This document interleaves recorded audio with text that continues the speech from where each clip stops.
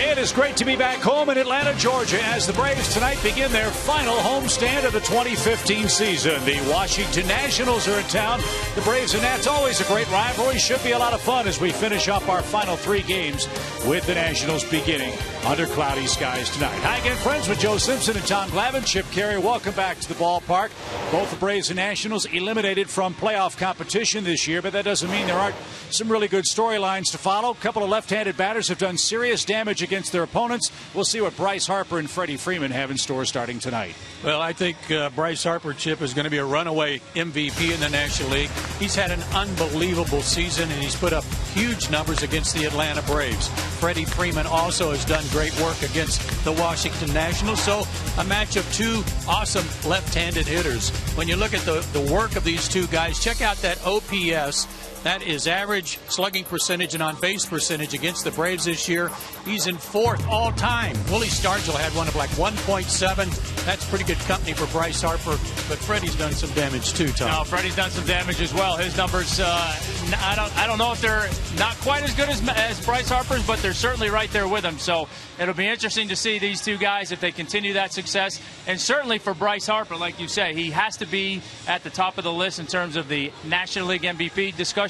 I'm sure he's going to want to do everything he can this week and starting with this series to try and solidify his position in that race. So the Braves, who've thrown young starter after young starter this year, sent another one to the mound tonight. Matt Whistler will try to calm down Bryce Harper and the Nationals. Game 1 here at Turner Field. Lineups, first pitch, and a whole lot more coming right up.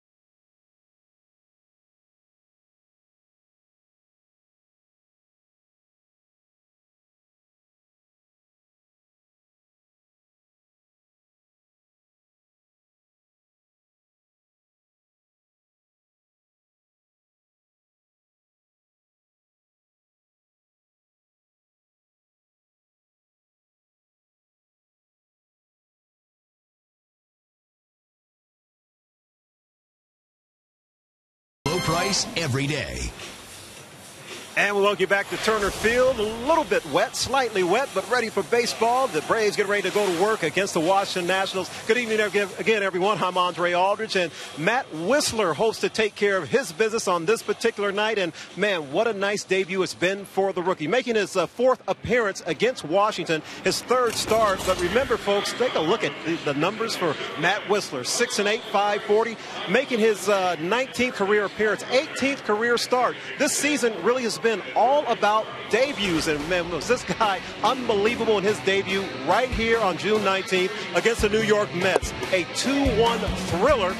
It's just like he had been in the major leagues forever. We know it doesn't go like that each and every night, but the debut was something, and we're going to flash back to debuts throughout tonight's contest. But right now, we take a look at our youthful pitching staff, and these numbers here, part of our indescribably good play from Zaxby's, and man, outfield starts by age of 24 or younger. Look at that, 90.4%. Unbelievable, folks. Highest by any team in Major League Baseball since 1915. And as you can see, 42 wins by pitchers aged 24 or younger. That's the most in the majors. 25 wins by rookies. That's the most in the majors. And the average age of the current starting rotation, 24.4. So sure, we're not going to the playoffs, and it hasn't been the season that we wanted, but there's a lot of room for positivity, and a big part of that is the youth and the production and hopefully the possibilities for our pitching staff. Truly on display tonight. Matt Wisler ready to take care of this and hopefully get this homestand off the right way. Chip, Joe, and Tom have the call. Braves and the Nats coming your way right after this.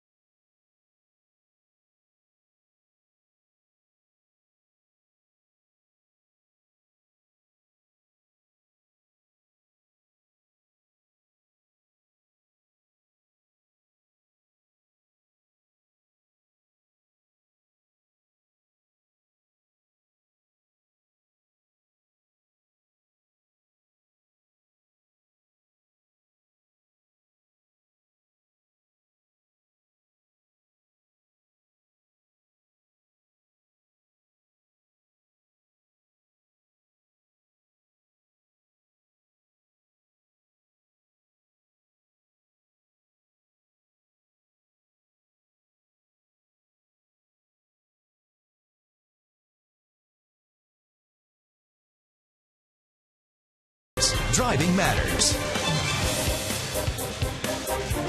It was a rainy day in Georgia and rainy all over Atlanta, but the skies are trying to clear. It's dry for the moment. Matt Wisler's on the mound, hoping to extend the Nationals' dry spell. The young right-hander seeks victory number 7 for the Braves tonight. Making his 18th start on the year. You see his home road splits, pretty good at Turner Field, 500 with a 3.8 ERA. That road record, that'll be certainly something he'll want to improve upon next year. And for the 23-year-old, his 4 keys to pitching success tonight. One of the things that's been a problem for him has been left-handed hitters. They are hitting a robust 355 against him. So tonight, how about working on some back footers to those left-handers? He's been trying to work on keeping the ball down and into those lefties. Might be the ticket tonight, and a good finish. He may get a start on Sunday to start the last game of the season. We don't know yet. But if this is his last start, he's got 3 in a row of at least 6 innings. Finish on a good note with a 4th good start. Yeah, he was terrific last time out. Hopefully his defense will be terrific tonight. Here's how the Braves line up. Our CPI Security defensive lineup features Nick Swisher in left. Adonis Garcia was originally going to start and play left field, but he's out with a sore back.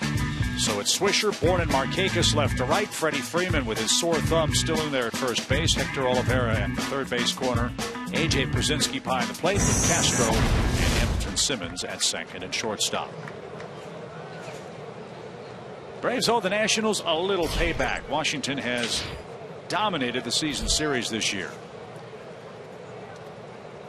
Braves are 3-13 against Washington. They didn't win a single game at Nationals Park this year. They're 3-3 here at home. We'll see what happens tonight as Anthony Rendon leads off and takes ball 1. 74 degrees, cloudy skies, very little wind at Turner Field tonight. And that's out of play, foul for Rendon. 1 ball, 1 strike. Like so many of the Nationals, Rendon has had an injury-shortened season. Tonight he's playing in only his 76th game. In fact, the Nationals' envisioned starting lineup has been able to play together a grand total of twice.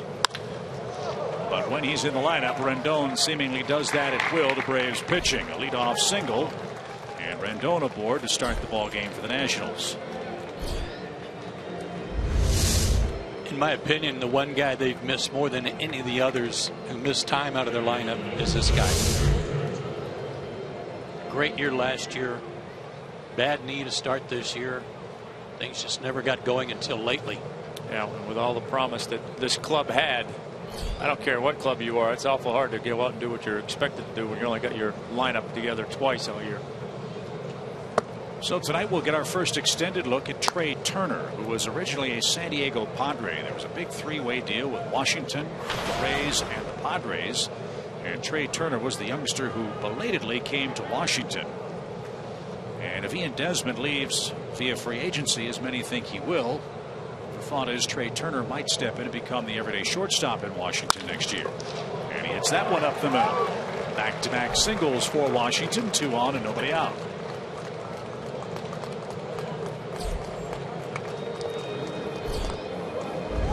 He only gave up 5 hits in 7 innings rather to the Mets. Picked up the win. He's already given up knocks to the first 2 guys tonight, and they're right-handed. Both of those guys try to go outside corner with sinkers that ended up down the middle. So Bryce Harper will dig in for the first time for embattled skipper Matt Williams. Bryce Harper having a season for the ages. It's hard to believe how young he is and the kinds of numbers he's putting up. You look at the National League offensive stat sheet. He's in the top 10 in just about every single category. Leads the league in hitting, tied for first in homers, 5th in RBIs. And he rips the first one foul back and out of play.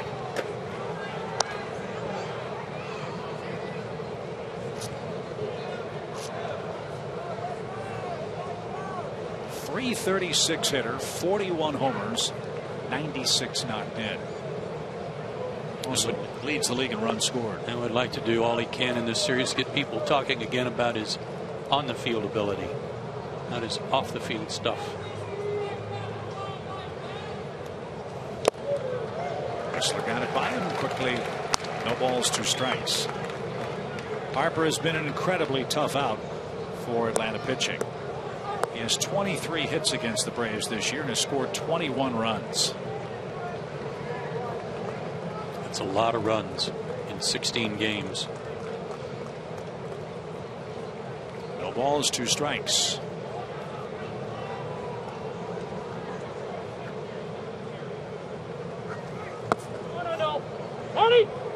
No swing. Tried that back foot. Gonna say there's that back footer you were talking about. George Foster, 1977. It's a few years ago. I'm out here.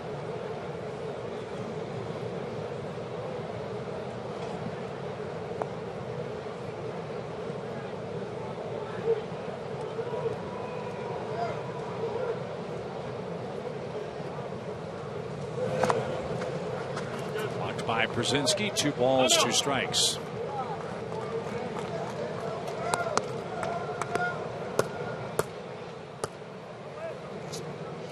I think this is a big reason why Matt has struggled against left-handed hitters. To your point, Joe, that back door or that back foot slider, where he's had trouble making that pitch on a consistent basis. Harper laid off both of them. Now what do you do? Now where do you go? You know, you've either got to try and challenge him with something inside or try and make a pitch away again, and that's been a struggle. High fly ball toward left. Swisher near the line is there, makes the catch. Harper's retired for the first out.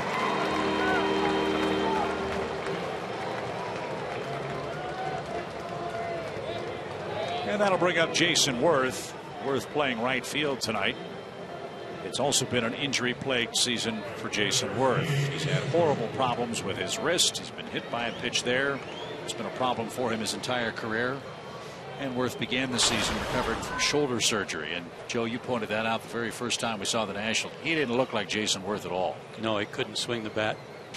We're used to seeing him swing, couldn't throw. But he's had a good last 6 weeks of the season. Made up for it.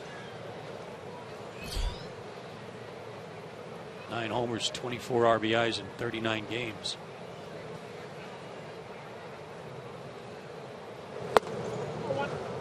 Downstairs, 1 ball, no strikes for Jason Worth.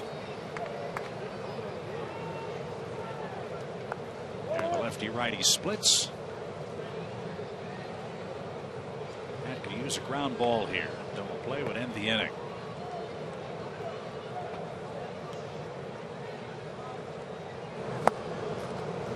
Anderson has worked well with Chase Peterson all year long at second base. Daniel Garcia is out there tonight. It's almost like whoever is playing second base, you're going to have a real fun night. I'm sorry, Daniel Castro. Real fun night playing with Andrelton Simmons, no matter who it is. Braves have turned 156 double plays this year. It's a good news, bad news scenario, though, right, Tom? Yeah. Usually when your double play turn number is really high, that means you have a lot of opportunities, which is not necessarily a good thing. Dangerous pitch for Worth, 3-0, and he took it. That's been the case for Whistler. 93 big league innings. Matt's had 21 1-2-3 frames, so he's pitched out of the stretch an awful lot. And now all bets are off for Jason Worth. 3 balls and a strike.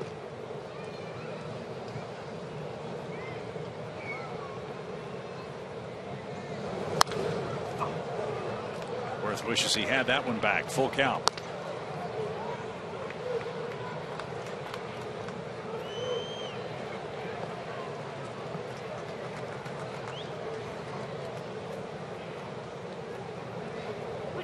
Well, if you're going to go back to that fastball, better location on this one. Don't give him another shot at one of those. Or go to that slider, finish him down and away.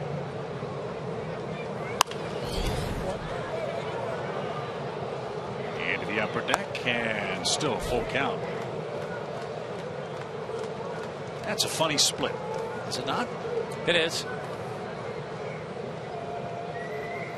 The easy answer is to say, well, with bases empty, maybe his focus isn't there, or he doesn't bear down quite the way he does when you're in trouble. But I think that's a natural tendency to begin with. But again, one of those things you want to focus and do better at moving forward. Like you say, it's the more you can either get through those. Nobody out, nobody on, start innings out and get through some clean innings, or at least get yourself to a point where you've got a couple outs before you give up a hit. Sure makes your job a lot easier.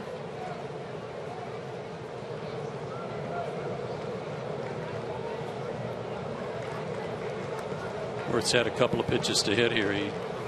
He's talking to himself already.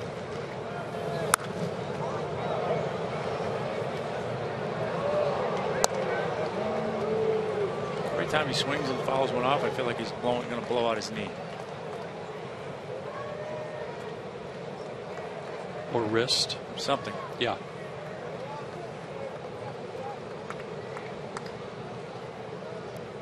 Very short, quick finish.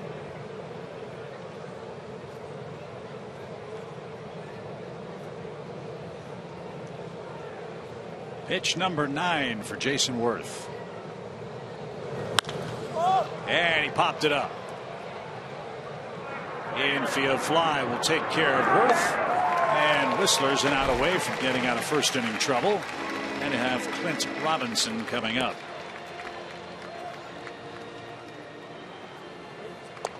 Here's the rest of the Washington starting 9 tonight. Rendon, Turner, Harper, and Worth the first 4. Clint Robinson bats 5th. Ryan Zimmerman has some foot problems, plantar fasciitis. And Ian Desmond, Matt Den Decker, Wilson Ramos, and Tanner Roark, the pitcher. Robinson with 8 homers, 32 knocked in.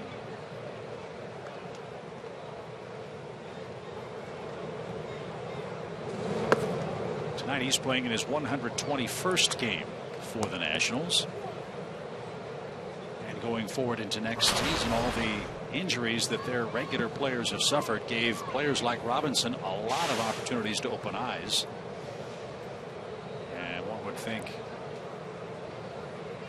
Robinson factors very heavily into 2016 for Washington. He was a non-roster player, invited to spring training, and he's done good work for them.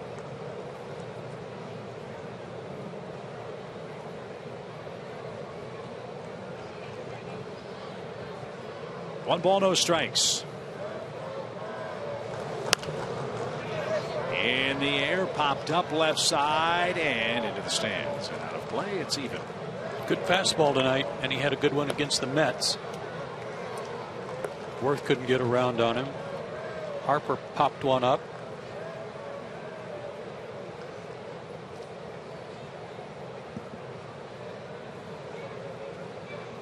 That fastball into lefties that he threw right there, that's to me is going to be a big part of him moving forward to be able to have more success against lefties, particularly if he wants to start using that back foot slider. Got to do something to set that pitch up to the hitters.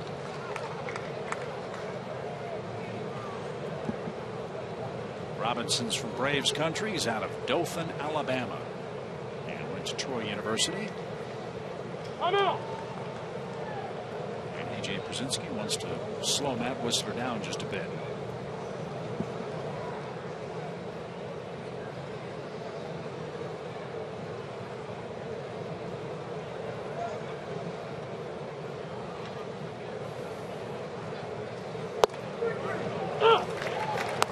There's a beauty. 2-2. Now can you finish his man off? I like his curveball. I've liked it all summer. I do too. For me, I like it a lot. Strike 1, strike 2. Yes. Don't like it strike 3. Unless he really learns to backdoor it. Popped him up. AJ Brzezinski has a play at the on deck circle, and Whistler gave up back-to-back hits to start the inning. But Harper, Worth, and Robinson cannot do any further damage. Here come the Braves in the bottom of the scoreless first.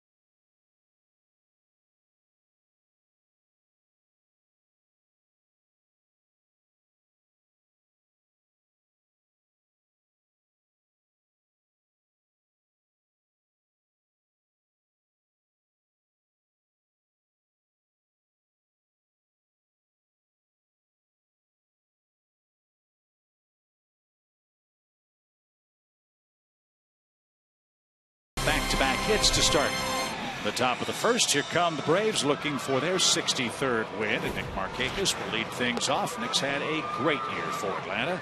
Daniel Castro hits and plays second on the Academy Sports starting lineup for the skipper Freddie Gonzalez. We'll see how Freddie Freeman's wrist feels. That's an ongoing problem for him, as has been Tanner Roark, man on the mound for the Nationals. He's been a tough hombre for the Braves on the hill. Great year last year, 15-10 as a starter, but with Matt Scherzer coming on board, he's been back and forth out of the bullpen, but starting in his, you see his 10 starts this year, a 3-3 record, so valuable piece, but just hasn't been any room for him in the rotation with all the guys they have.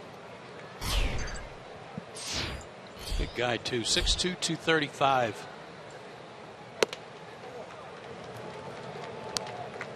One ball, no strikes. Nick Markakis with a 7-game hitting streak. Sprays that one out of play, foul for an even count. Nick with 176 hits, 15 hits away from matching his career high for a single season. He can do it. 6 games left. And a ground ball right side. Funny hop. Turner stayed with it. Throw to first in time. And there's the first out. Defense early in the season was a big problem for the Washington Ball Club. Ian Desmond has 27 errors. He's been much better in the second half of the season. Bryce Harper in center with Denard Span done for the year and a potential free agent. Rendon's their third baseman. Wilson Ramos is behind the plate.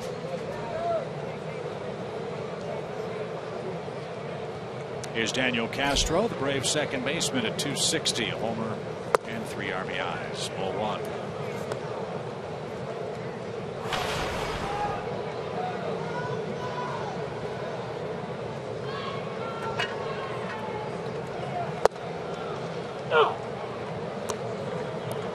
Freddie Gonzalez is really almost split evenly the playing time at second base, depending on who's starting for the opponent. Most of the time it's been Castro playing against the lefties. Tonight he gets a chance to hit Tanner Roark. Throws right-handed. Jace Peterson available off the bench. Well, seems we talk about it all the time, that when he's in the lineup he does good things. Another chance for Turner. Easier play that time, and quickly 2 are out. You got to start down in Miami against Jose Fernandez too. That was no day at the beach. You're going to throw him to a right-hander. And he went 1 for 3 against Fernandez. Freddie Freeman's our Georgia Lottery hitting the jackpot feature, and his work against the Nationals the reason why. He drives Steve McCaddy crazy, the pitching coach for the Nats. I'm sure McCaddy was hoping Freddie would take a few days off to rest that sore wrist.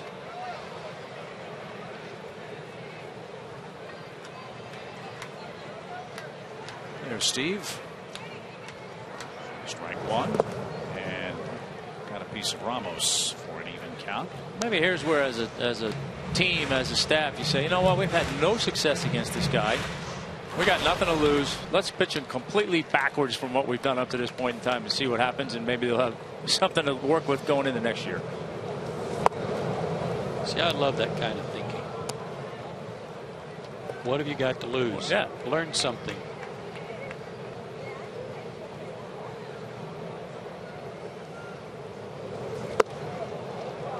Take some chances for the offense too. Put some guys in motion. Try to hit and run. Find out if certain guys can handle the hit and run that you haven't tried before. Freeman swings and misses. That didn't make the hand feel good on that. Roark, perfect. 1-2-3 first. That's the bad swing right there.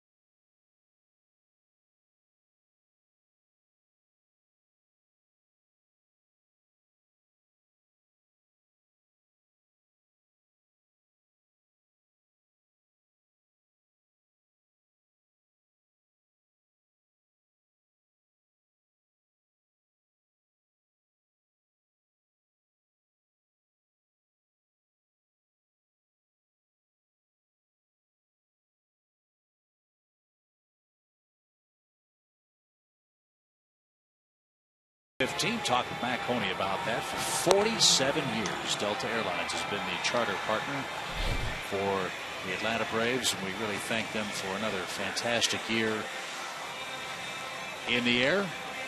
Take great care of us, don't they? They sure do. And we wish Mac and the ladies on the plane a safe and happy off season, and we'll join them again in April 2016. A season which will begin here in Atlanta against these Washington Nationals. One of the questions will be Ian Desmond. Will he still be the longest tenured Washington National going into next season? He is a free agent to be. And he swings the first pitch and drives that one deep to center field, and that ball is high off the wall. Desmond just missed a home run, and he doubles to start inning number 2.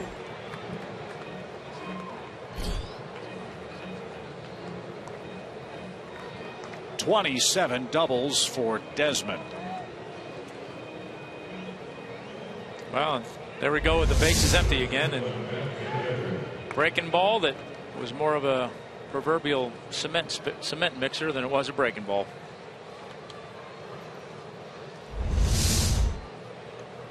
So Matt back to the stretch again with Matt Den Dekker coming up. Den Dekker was acquired for Jerry Blevins. In the early days of the season, Blevins went to the Mets and had his arm broken on a comebacker. And Den Dekker is red hot at the plate right now. Try this on for size. Den Dekker has 7 hits in his last 8 at bats, 3 doubles, 2 homers, 3 RBIs, and he scored 7 times. It's pretty good production for that. Is pretty good.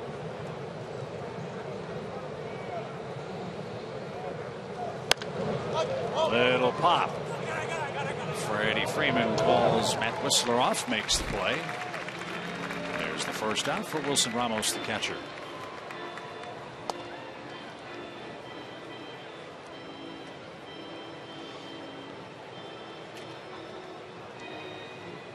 He's got that pop up to the infield working really well. Yeah, he does. That inside fastball above the hands.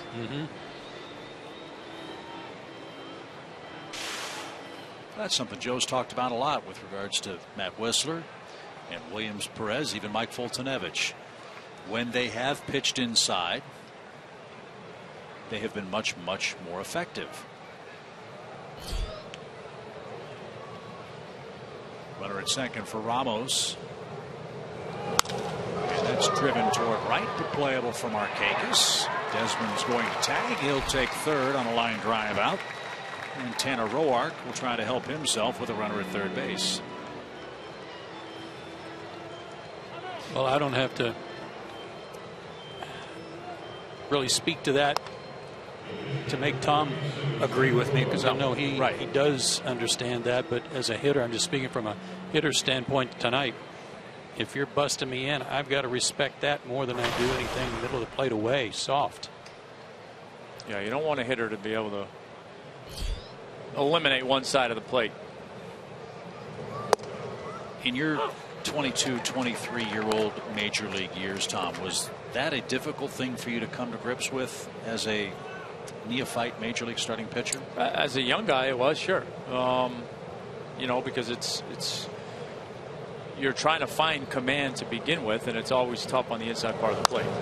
You know, and certainly for me, it was something that I tried to get better at. But you know, honestly, if you're not going to pitch inside a lot, you better have a really good secondary pitch that you can locate behind in the count, that you can get guys out with. And for me, it ended up being my changeup, obviously. But even still, I had to keep guys honest in to keep them off that pitch.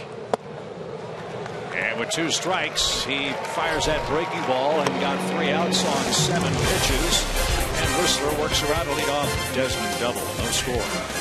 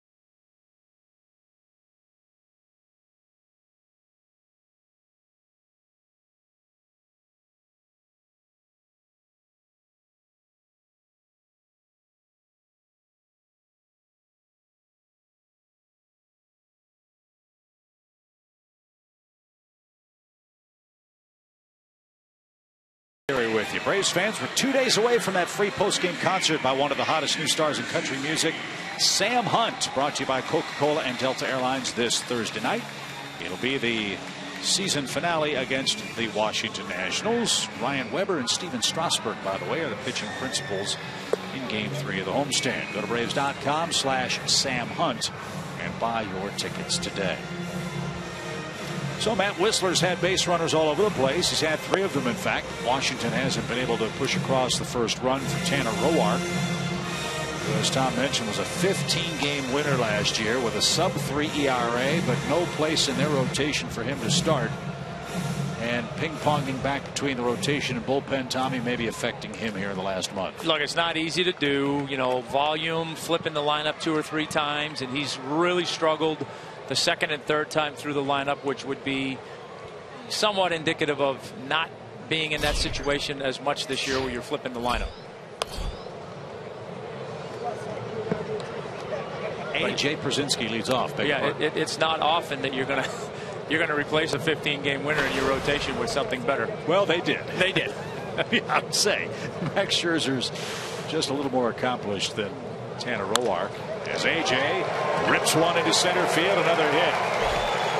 He's got a 7-game hit streak, and he's 15 away from 2,000 now. He's closing in on 300 for the year, too. Boy, what a remarkable year he's had. There aren't too many guys 38 years old who can do and produce as much as he's done this year and catch. I was going to say, particularly from that position. Yeah. That was at bat number 399 for AJ Przinsky this year. How many times he struck out?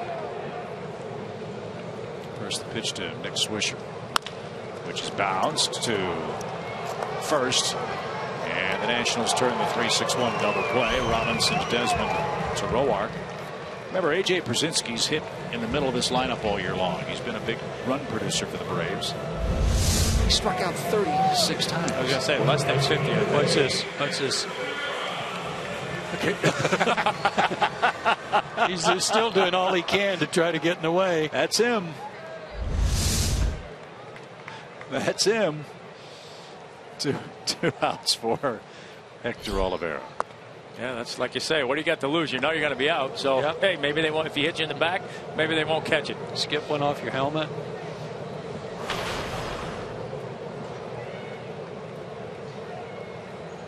Oliveira's got his average up to 264. Freddie Gonzalez talked about Hector a couple of days ago. Whether he plays third base or left field, he is going to be an everyday component in the Braves lineup next year. He's learning on the fly here. He's getting back into baseball shape here at the big league level.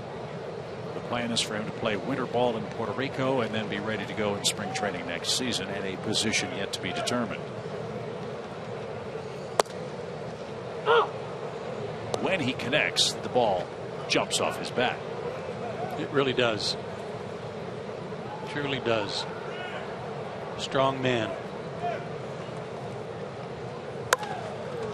That one popped up towards second. Trey Turner is there.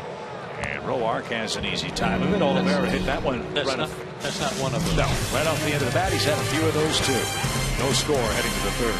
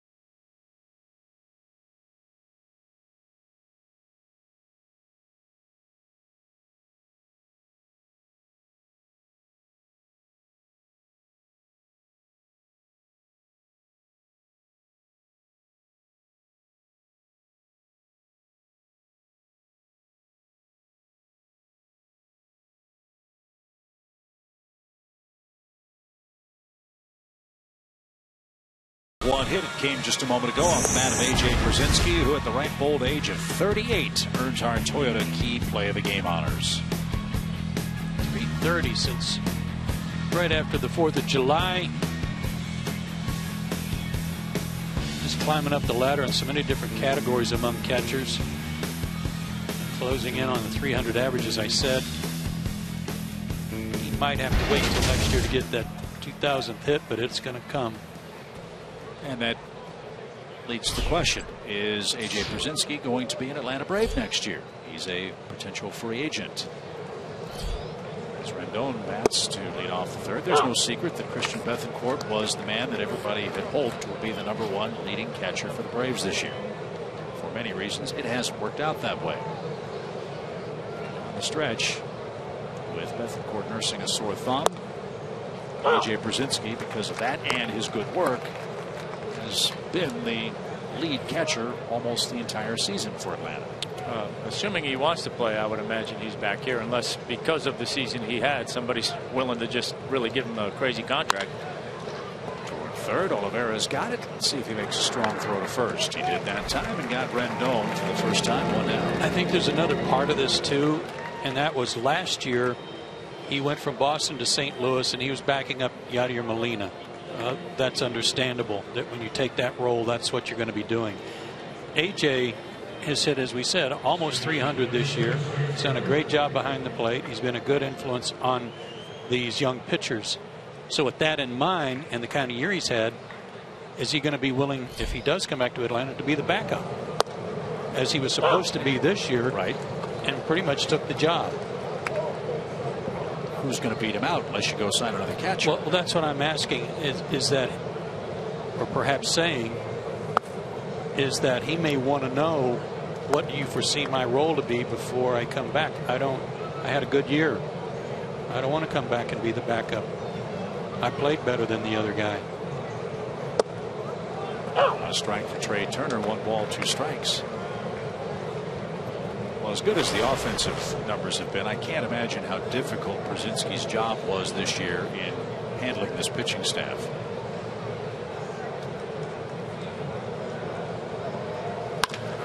To short, Simmons gets a friendly hop and gets Turner, who can really run, for the second out. Think of all the different pitchers that the Braves have seen this year. Think of the number of kids who've made their big league debuts this year. Think of the kids 24 and under and all the starts they have made this year, and how instrumental A.J. Brzezinski not only will be this year for them, but Tommy, down the stretch and down the road in their big league futures as well. No, look, no question, and you know, we've talked about this. I think one of the things that this pitching staff is lacking is a veteran guy that these guys can talk to. You know, and there's nothing like talking to guys that play your position, that have been through the battles and been through the struggles that you're going through as a young player. Now, A.J. Brzezinski certainly can bridge that gap when they don't have that guy, and you know, these guys would be foolish not to lean on him. To me, I think that's a piece they need to add. A veteran guy that's been in the pitcher that's been through the battles. Now, relief starter, does it matter? I think it's got to be a starter. Okay.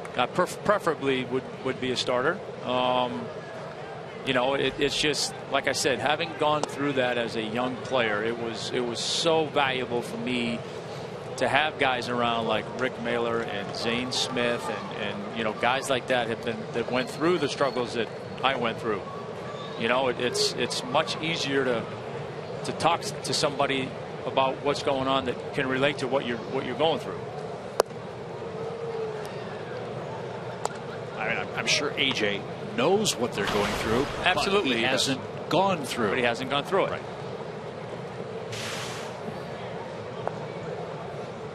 Let's see what he cooks up with Bryce Harper here. 2 balls and a strike, and low. 3-1. Talked about the MVP caliber numbers that Bryce Harper's put up, and he is not up there just hacking away in every at bat. He's walked 123 times this year. Almost as many as he's struck out. And make it 124 for Bryce Harper. He lays the bat down and gently makes his way to first base.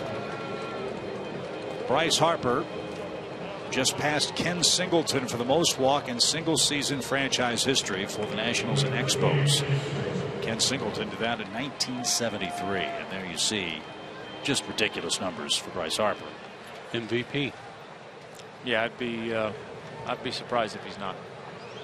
I mean, I know there's that whole argument about winning teams and what have you, but when you have that kind of season. Here's Worth. I think you can make the case that were it not for Bryce Harper having the year he had, the Nationals would be way below 500. Oh, no question. Yeah. Yeah, he's more than a 4-game difference maker.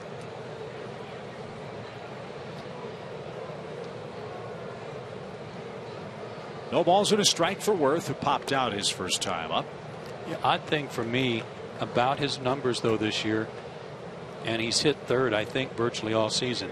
41 homers, 96 RBIs. He still doesn't have 100 RBIs. Some of that I'm sure is the fact that Span's been hurt a lot here in the second half in the leadoff spot.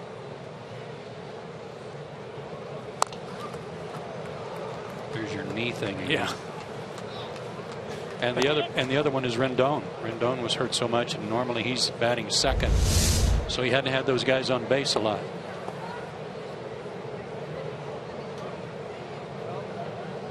Balance is a wonderful thing.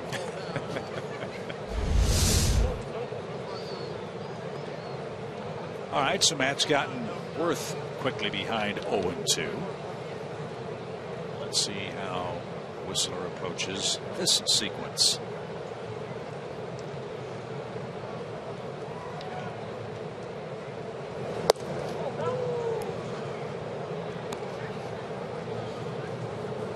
Not close with a fastball. 1 ball, 2 strikes.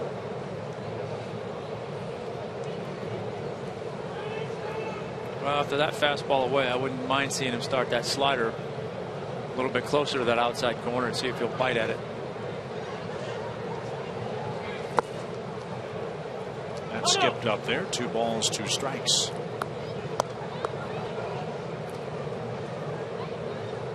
Now, as much as we talk about, I don't, personally, I don't love that curveball to a left-handed hitter with 2 strikes.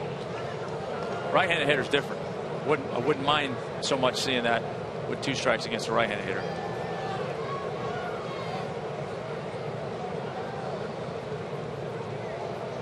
Very short lead at first for Bryce Harper. Fought it off. Bryce is, Jason is hitting like his feet are on fire. He's just trying to keep him moving, get off of him a little bit, not get planted.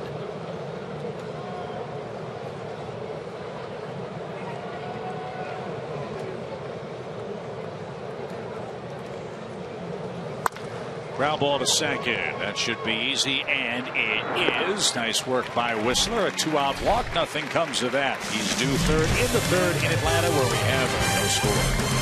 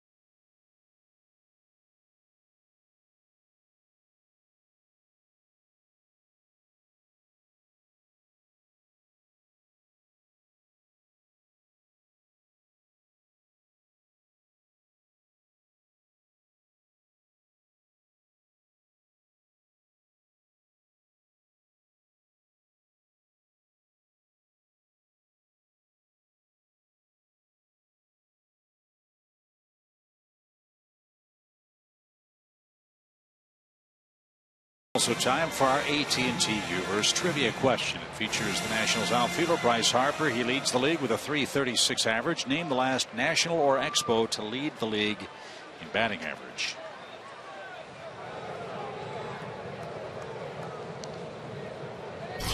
Larry Walker. Tim Raines. Jose Vidro. I always go to Vidro. I don't know why. Mark Grizzolonic. Mike Lansing. Did he have one good year? Really good year offensively? Or maybe he just wore me out, so that's what I remember. Adelson Simmons with a 2-0 count. Takes a strike. It's now 2-1. Adelton's had a really good offensive year. Seems to me, fellas, he's come to grips with the kind of offensive player the Braves need him to be, instead of a guy that wants to go out and hit 15 home runs a year, which really isn't his game. Tough to strike out. Has put it in play a lot. Only 3 homers. But a .261 average, and all those runs he saves with the glove.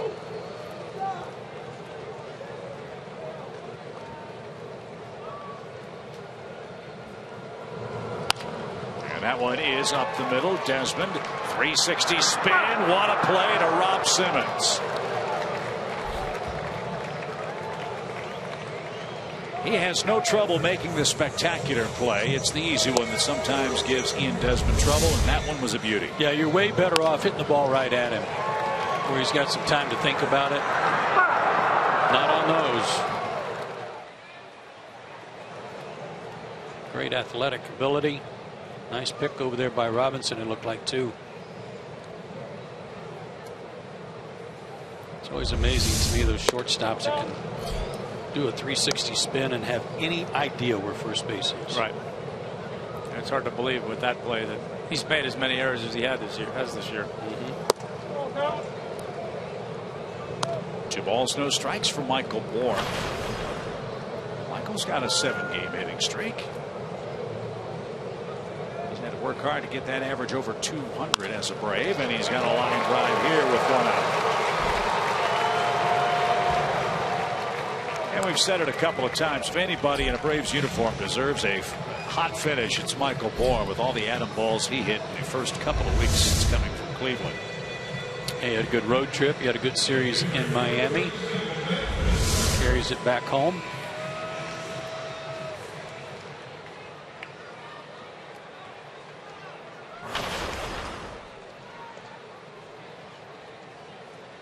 Let's see if Whistler can move him along with a bunt. He's got 3 sacrifices this year. And that one's pushed perfectly to the first baseman, who applies the tag. Bourne at second base, 2 outs, and Nick Markakis the hitter.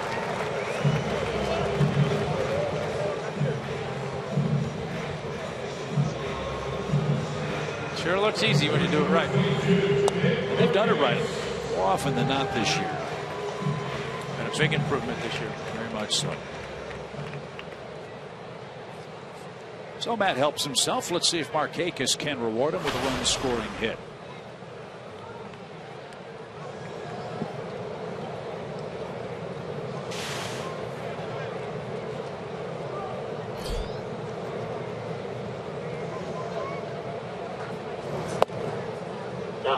Inner half strike. It's 0-1. Michael Machlinski, by the way, is tonight's home plate umpire.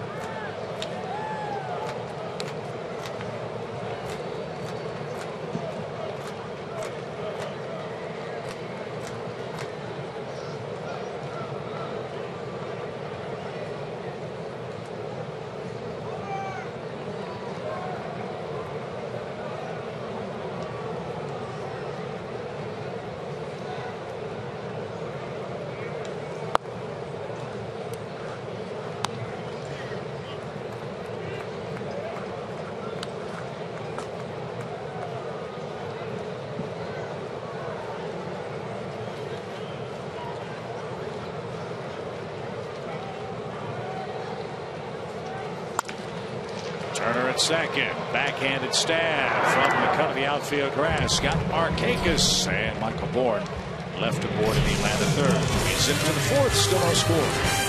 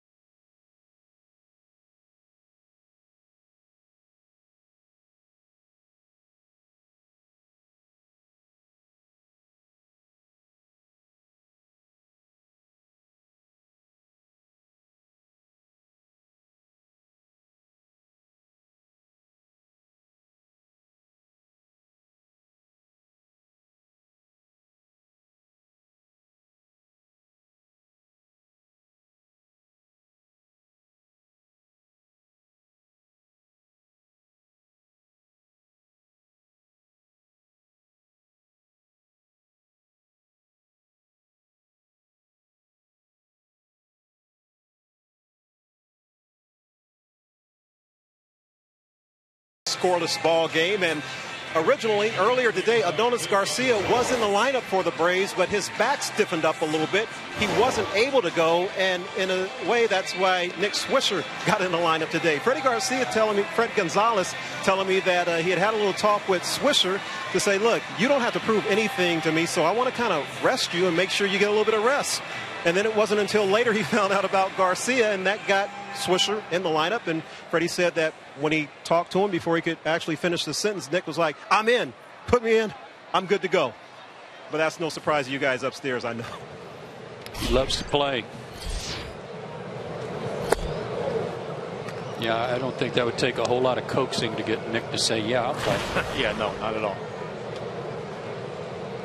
1 ball, no strikes for Clint Robinson. We all love Nick Swisher, but I guarantee you Freddie Gonzalez's ears need a break. That's why I put him in left field. Yeah. See, he is always chirping. He's been a real nice addition. Now to play. I'm frankly surprised at how well he's been able to play the outfield. Not that he's not a good outfielder, but his history of knee problems, I mean, he's got around okay out there. He's moving just fine. He's just not moving quickly. Right. You know, his steps and his crossover steps are somewhat measured because he wants to make sure he doesn't twist a knee or anything, but he catches what he gets to for the most part.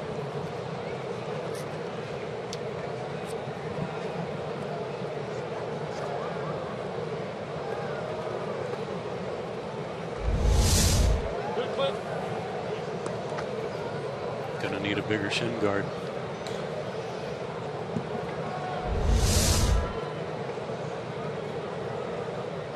See if Matt can finish him off. 2 balls, 2 strikes. Nobody on or out. We're in the fourth.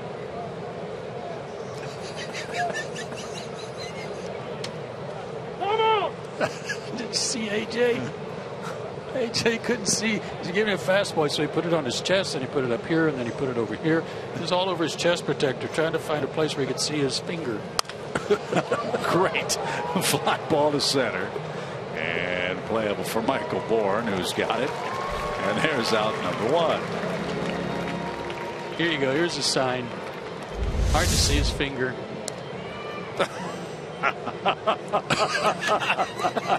And he said no to all of them. Yeah, about up there. 3. I don't understand why these guys are having so much trouble this year. I've never seen that to be the case here. Well, he just got the Florida Gator Dayglow orange nail polish working. Maybe I ought to switch to the fluorescent yellow. He's got that working.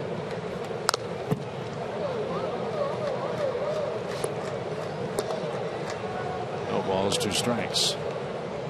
That drive by Desmond his first time up had to be a little bit of a crushing sight to see it come off the wall. It would have been his 20th homer and would be the 4th straight year that he's hit 20 or more.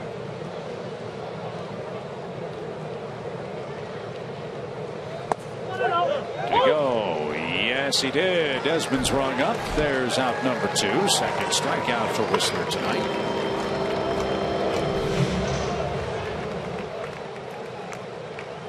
And Matt Dendecker is the hitter.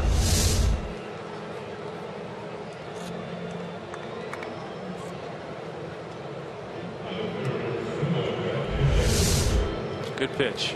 Yeah, he's not throwing too many cement mixers tonight. That's a good thing.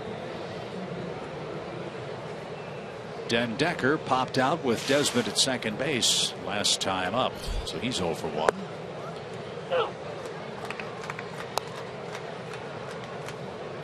Nationals and Braves play 3 times here in Atlanta, and then it's a real bitter finish to the season for Washington. They face the Mets to end their regular season action. Another pop up. Oliveira at third puts the squeeze on that, and Whistler has a 1, 2, 3, 4th inning. That's good to see. Let's see if the Braves can get him a run when we come back.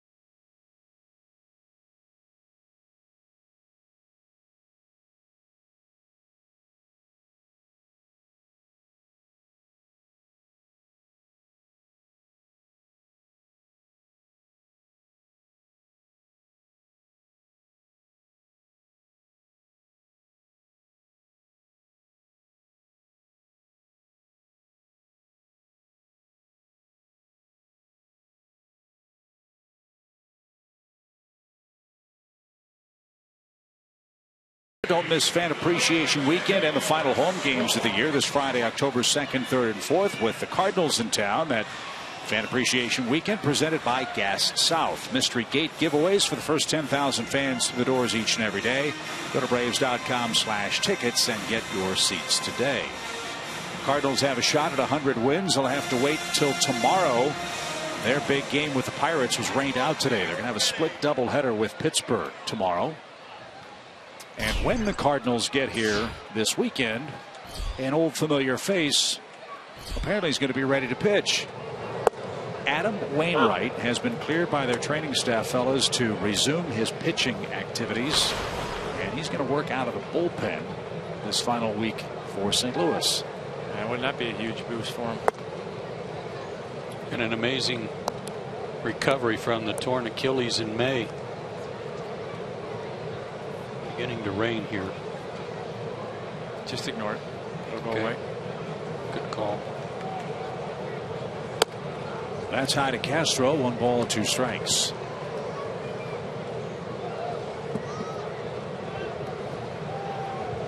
Castro, Freeman, and Przinski for the Braves.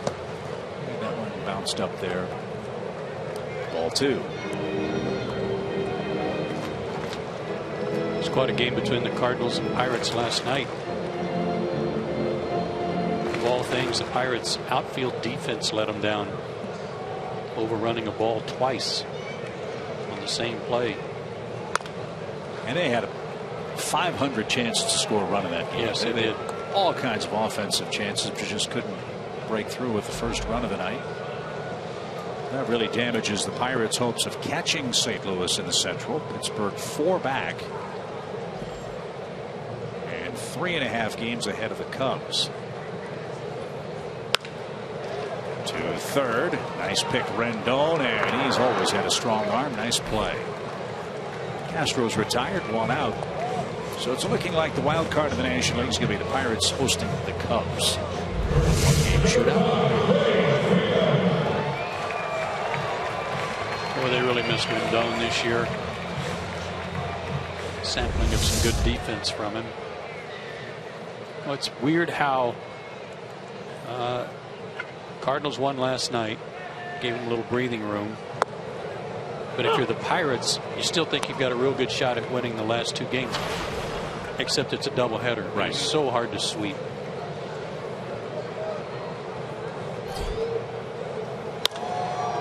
Freddie off stride, pops this one up. Turner drifts way out into the outfield. And he battles the raindrops, makes the play. There's the second out. And here's the postseason picture. There are a couple of other interesting things to talk about with regards to the playoff races. First of all, the wild card game. Pittsburgh, as of now, would host the Cubs. The winner of that game would then take on the St. Louis Cardinals.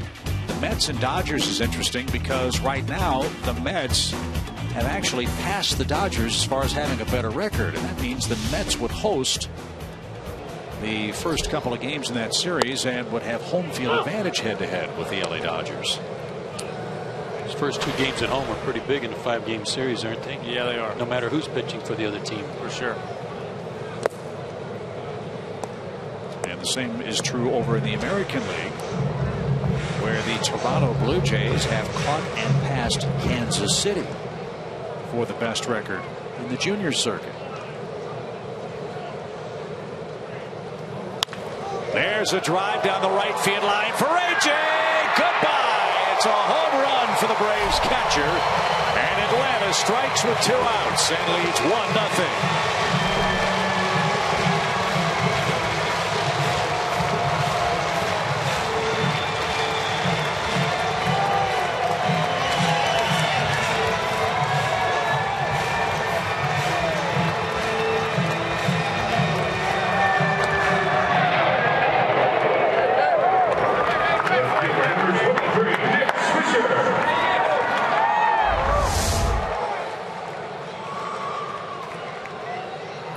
Bit of a hanger. And a no-doubter. Jumped out of here. 95th home run hit by the Braves this year. They're trying to get above the century mark in that category, something they've done every year since 1988. Also trying to win tonight to prevent any chance of losing 100 games. That one's hit well toward left.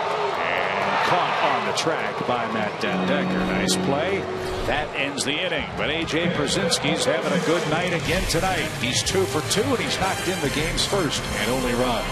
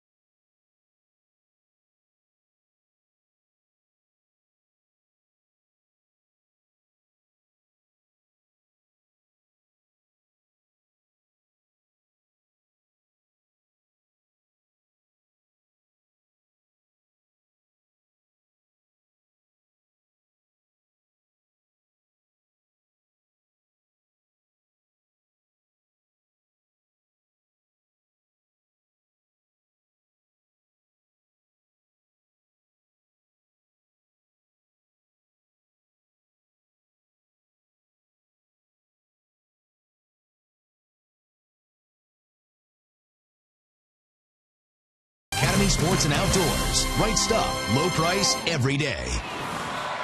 Hey, AJ's gone deep tonight. 1-0 Atlanta after 4 innings of play. Matt Whistler will face the 8, 9, and 1 hitters for the Nationals. So there's your run, kid. Make it stand up. Something Whistler was able to do last time out. Pitched great against the Mets. 2 runs in 7 innings and only 98 pitches. And snapped a 9 consecutive start without a win streak. And there were some forgettable outings in there, but there were also some outings where either he gave up some runs in the first inning or 2 and then pitched well after, or pitched well for 4 innings, pitched into the 6th and gave up a couple. I think he's beginning to get it. I think he's figured a few things out, and as he admitted 6-8 starts ago, I got to get the ball down. I got to figure some things out and get it down. That's a good start. Good place to start.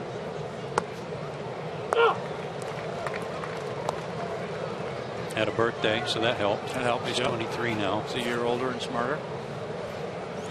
No, I like his makeup. I like the foundation of what he has. It's just, learning how to tweak everything and be a little bit more consistent. Plus, he throws 94. He throws 94, which is a good place to start. And, if you can locate 94 on both sides of the plate, and the hitter's got to respect your fastball, then you're halfway there. To me, again, like we've talked about, I like his changeup. I'd like to see him develop it more, become more of a weapon for him, particularly against left-handed hitters, and then continue to develop that breaking ball you can throw it to both sides of the plate. And then too, it's just continuing to understand the art of setting a hitter up. What are you doing to get him off of the pitch that you want to get him out with? Full count for Ramos. And popped out of play, foul. Did you see Matt much in spring training, Tom, when you're down there as a special instructor? No, I don't think I saw him at all. I saw most of the other guys, but I don't remember seeing Matt. Was he there then? Yeah, we acquired him then? No, he did. He was in the Kimbrel. Yeah, that's right. Okay. Yes. Driven toward right, and Markakis retreats. We made so many deals with the Padres. So that would explain why you hadn't. But I would imagine next spring you will. And yes. I would imagine that if he's smart, I know he is.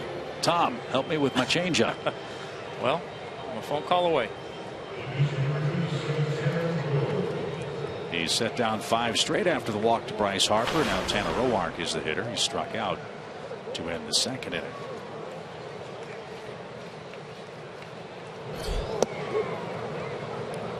That one didn't bite. It almost hit Tanner Roark. 1-0 the count. Washington is probably going to have 2 spots in rotation to fill heading in 2016. They have Gio Gonzalez. They have Steven Strasburg. They have Max Scherzer. Jordan Zimmerman's a free agent, as is Doug Fister. One would think Roark has an inside track for one of those 2 starting assignments. As this one's popped to the right side. Freeman near the tar makes the catch. Just enough room for the big first baseman to haul it in. 2 out. They've got some big decisions to make too, not just in their starting rotation, but as we said with Ian Desmond, well, they got to figure out what to do with their bullpen. And we talked about the Jonathan Papelbon acquisition and how things really turned south for the Nationals, and it's not all Jonathan Papelbon's fault. But Drew Storen was not the same guy as an 8th inning guy.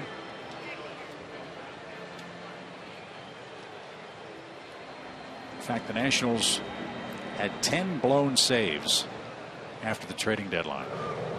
Many of them came head to head with the Mets.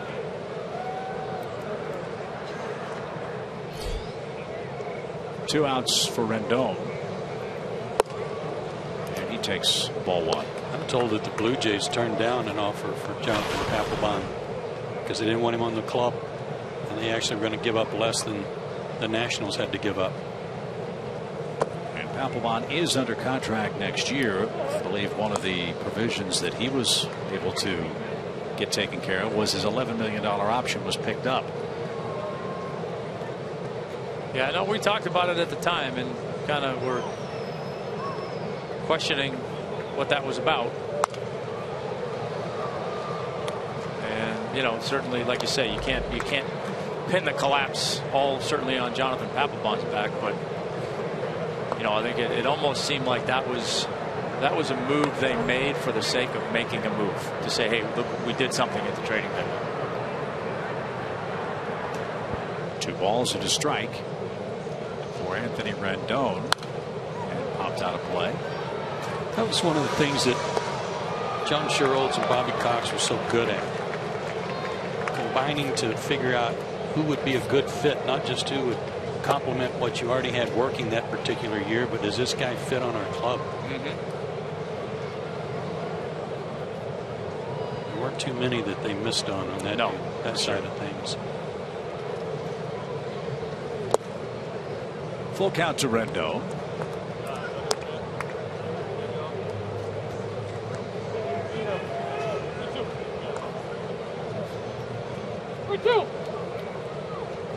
A.J. Przinsky's homer, the only run tonight.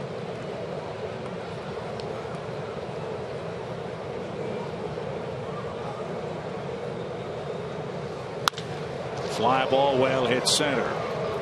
But that one's going to be caught by Michael Bourne. And it's 3 up, 3 down again for Whistler. Rendon is 1 for 3.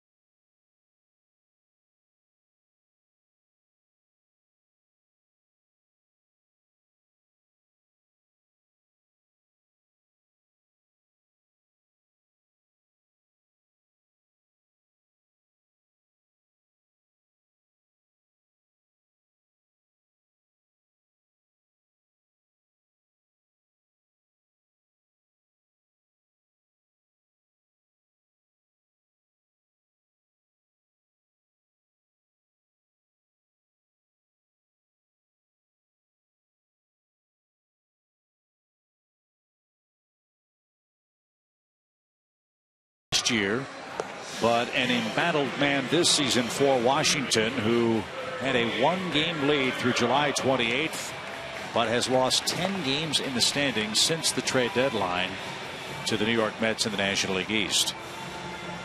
Now, going back to what Tom said, you can't hang all that on Jonathan Papelbon.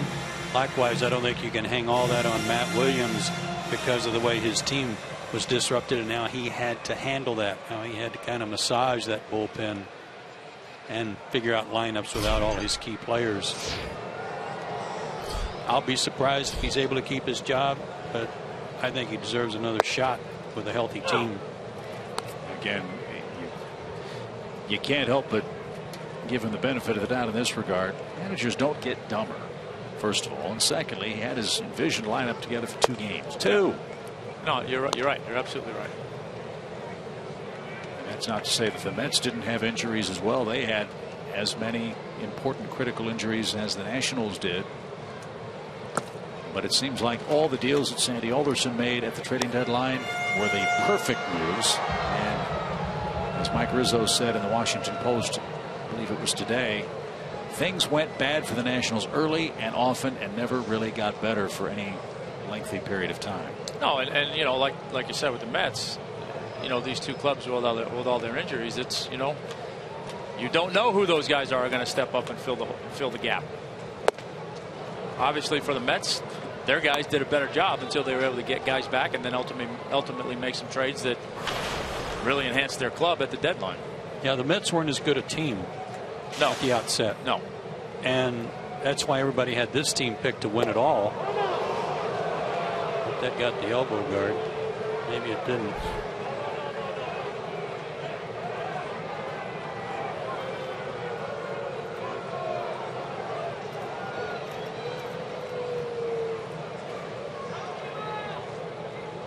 Whatever it did, it made his arm go numb.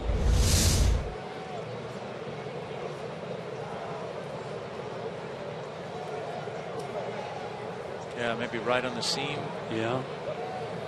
That upper part and that part that protects the point of the elbow.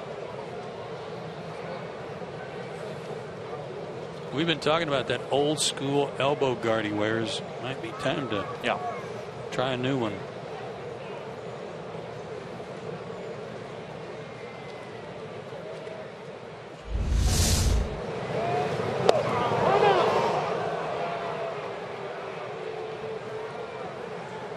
Oliveira still at home plate. That's an odd one. I mean, that looked like it got all guard. Yeah. Well, unless there isn't much to that guard.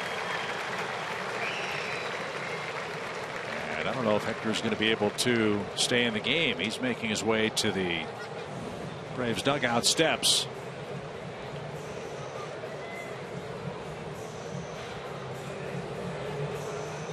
And Jace Peterson's going to check in and pinch run to lead off the Atlanta fifth.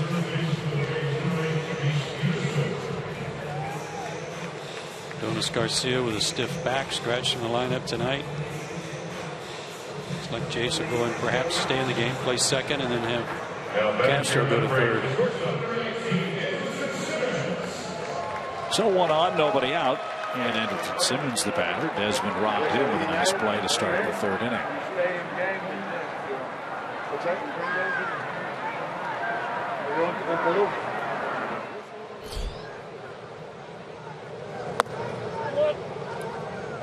One ball, no strikes.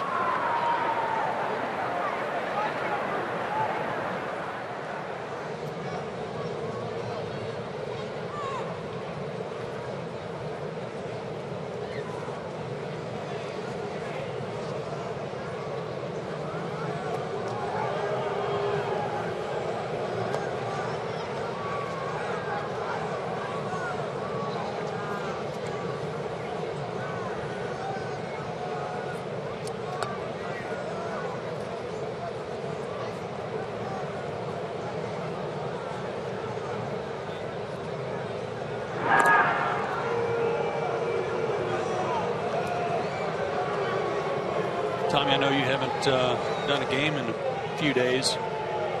You checked out your old third baseman down there coaching first. He's a mere shadow of his former self. Yes, he is. It's like he's ready to put a glove on and play third. Talking, of course, about Terry Pendleton. Looks great, in great shape. I can imagine he'll be getting some interviews again this winter, I would think. I hope so. He deserves to be interviewed, hired, and given a chance.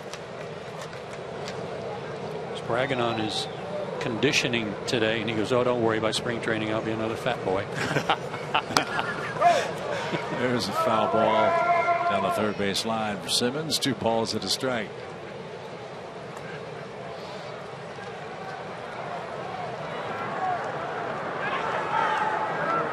That is one unflinchingly honest man. You ask him a question, he will tell you what he thinks. Yep. Don't ask him if you're concerned about getting the answer. Yeah.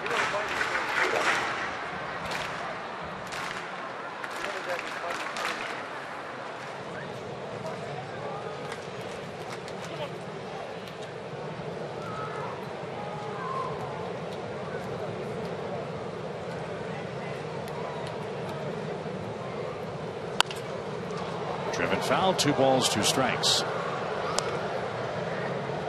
Mentioned the Mets. They're playing in Philadelphia tonight, losing 3-1. Mets try to win their 90th game this year. riding a 4-game winning stretch.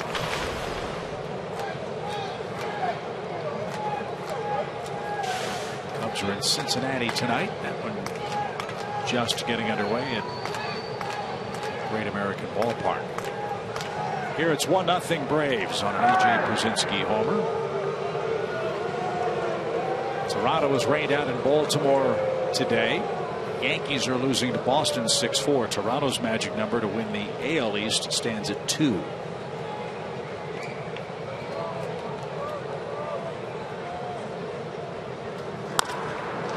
That's to short. High hop. There's one. And Turner couldn't turn it in time. Simmons outran the baseball, and he's aboard with 1 out for Michael Bourne.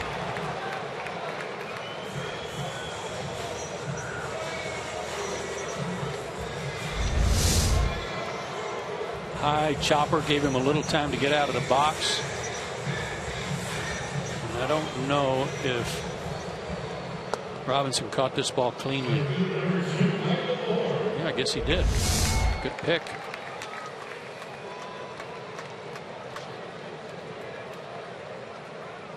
Michael Bourne single to right his first time up. How about a hit and run here on the first pitch? Something Joe and Tom were calling for earlier tonight. No movement, and ball 1 low.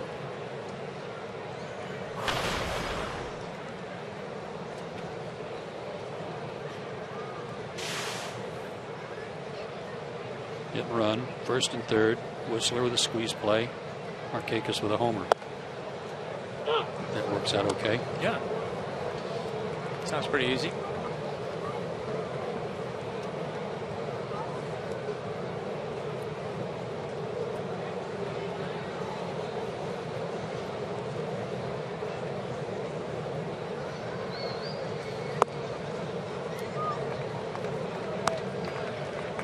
Two balls, 1 strike.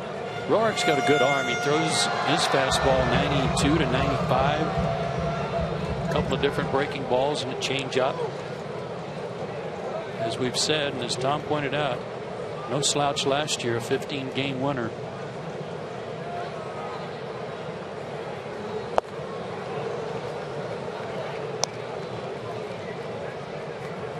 Roark has had a lot of success, as we told you, against the Braves. One of his career highlights was pitching the division clinching game for the Nationals in this ballpark last year. That was on September 16th. 2 balls, 2 strikes. Instead to first.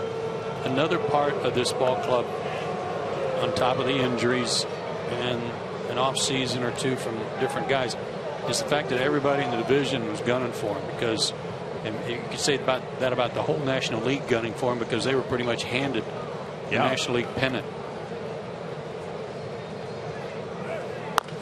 Well, remember Bryce Harper this spring when the Nationals announced the signing of Max Scherzer. I don't think he was trying to be flippant. I think he was saying how excited he was about getting a guy as talented as Scherzer on his club. He said, "Hey, where's my ring?" Yeah. And it obviously isn't going to work out that way. Well, there weren't a whole lot of people disagreeing with him, right, because of that rotation. 2 balls, 2 strikes. Well, Strasburg had a couple of stints on the DL. Scherzer flirted with a perfect game, had a no-hitter, wasn't the same guy after that for a long stretch. Pfister wasn't the same guy this year either. Had to be moved to the bullpen. But Jordan Zimmerman was, and he's going to get a lot of attention in the offseason. Now Simmons runs, swing and a miss. The throw is right on the money. And a strike him out, throw him out, double play will end the Atlanta 5th. 2, 3, and 4 coming up for the Nationals, who trail 1-0.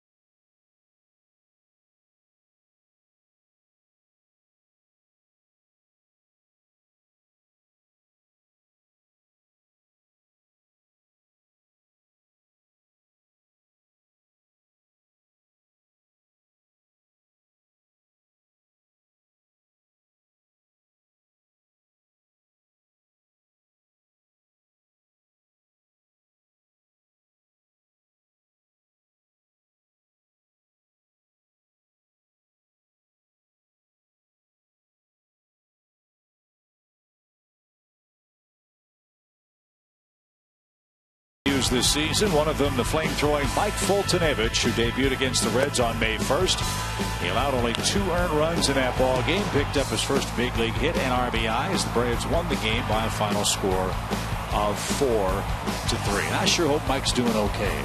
Yeah, I got some news on him tonight from John Coppolella and some of the other Braves executives that he went home last Thursday from the hospital, and right now the surgery looks like it was a success, and they look forward to him being ready to go by spring training. Great news.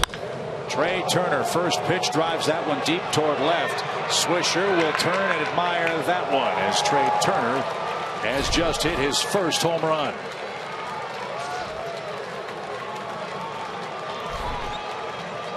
That didn't take long. First big league homer, leads off the 6th inning, and we're tied 1 apiece.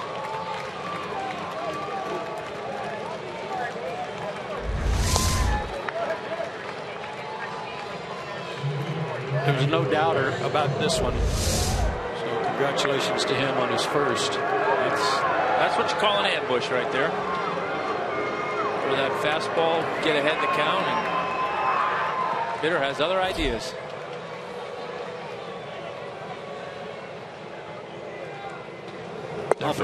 For a minute, I thought there was another national getting mugged in the dugout. Well, I'm sure Trey thought about it as a kid. His first home run would come at Turner Field. Hey. As Bryce Harper takes a ball, 1 strike. As we said in the opening comments and pregame show, I really hope that this week's crazy events with Harper and Papelbon will be forgotten about, and everyone in baseball who appreciates great young talent will admire and reflect on what this kid has done this year.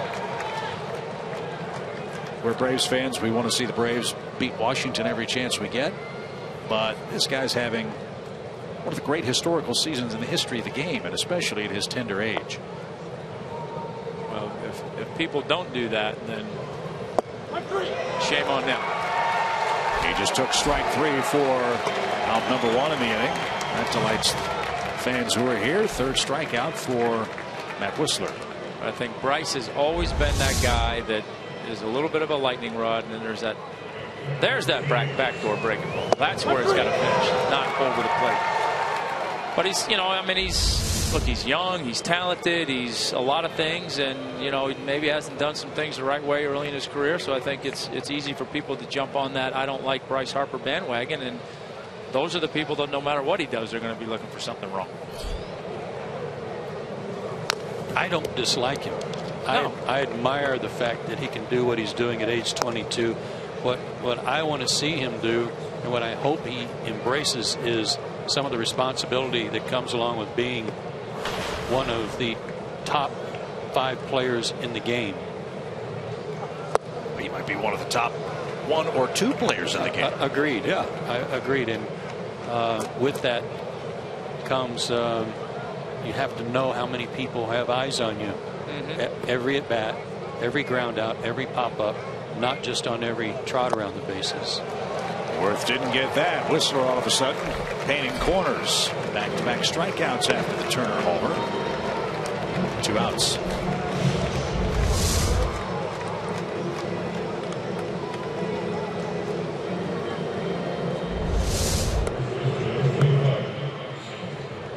And Clint Robinson is the batter. He's 0 for 2 tonight.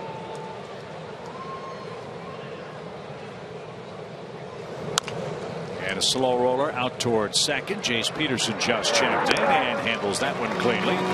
Trey Turner ambushed the first pitch of the inning and hit his first big league home run. We're tied 1 apiece.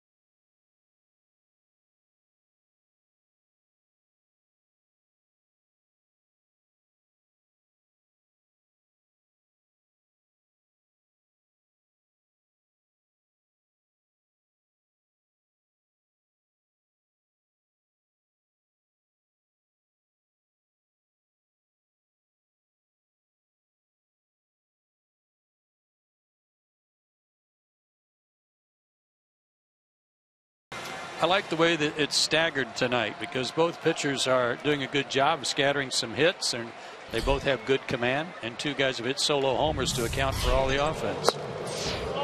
A.J. Brzezinski's been running out of baselines. He's been giving signs on his chest protector and hitting homers. That's been fun. Whistler leads off the Atlanta sixth and takes a strike. And that was a great job by Whistler that inning. You give up a leadoff home run to the second hitter, and then you're facing the heart of the order, and did a great job. Didn't let the inning get out of control.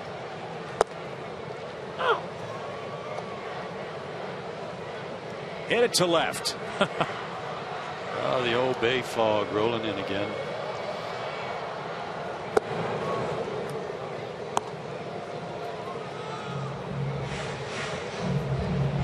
Well, at least we didn't set our field on fire with our fireworks. No. Got that going for us. Little roller. Rendon. Nice play and a nice dig out at first. Well, he reminds me a little of Adam LaRoche over there. He does. He really does. That was a great pick. Same number, too. Boy, at the last instant, he got a clean grip. Robinson with a nice scoop.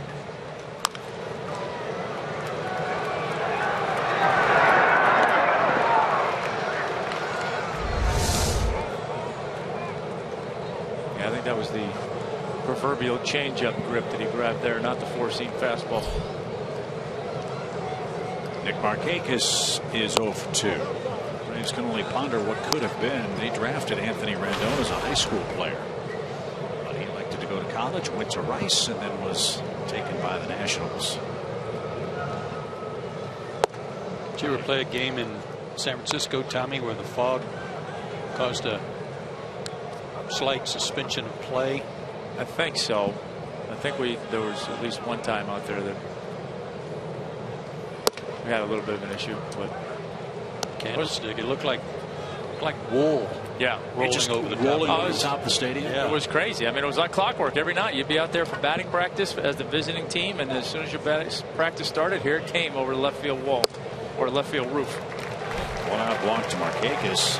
I mean, those were hardy fans too. They had a badge of honor that they would give their fans who would stick through those freezing cold nights. I mean, it'd be a beautiful day. It'd be 75 and sunny. You'd go to the game, and by the 4th inning, 5th inning, they're bundled up in parkas and blankets, and the wind is blowing.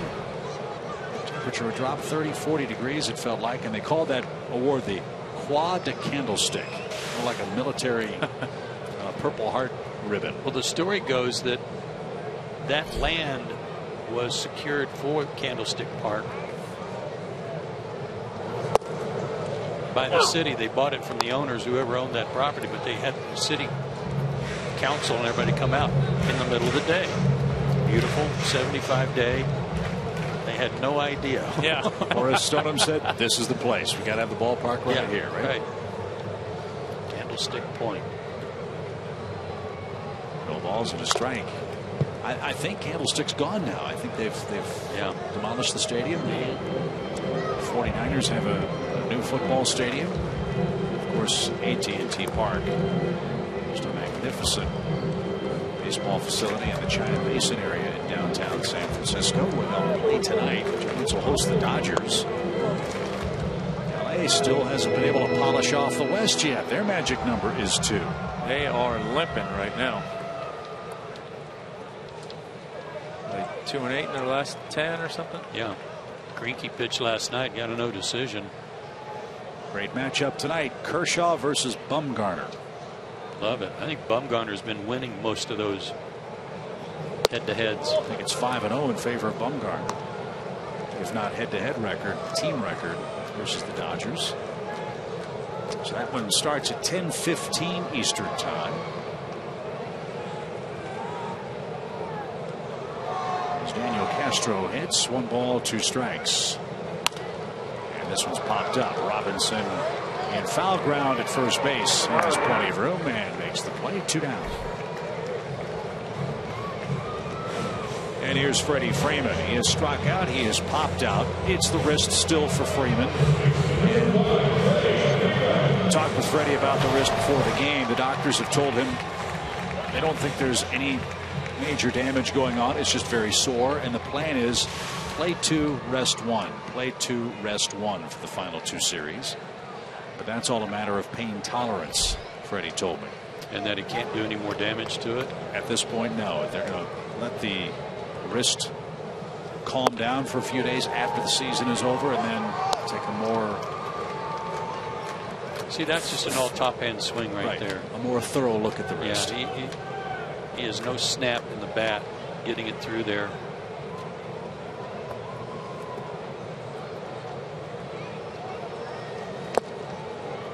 That was a little better.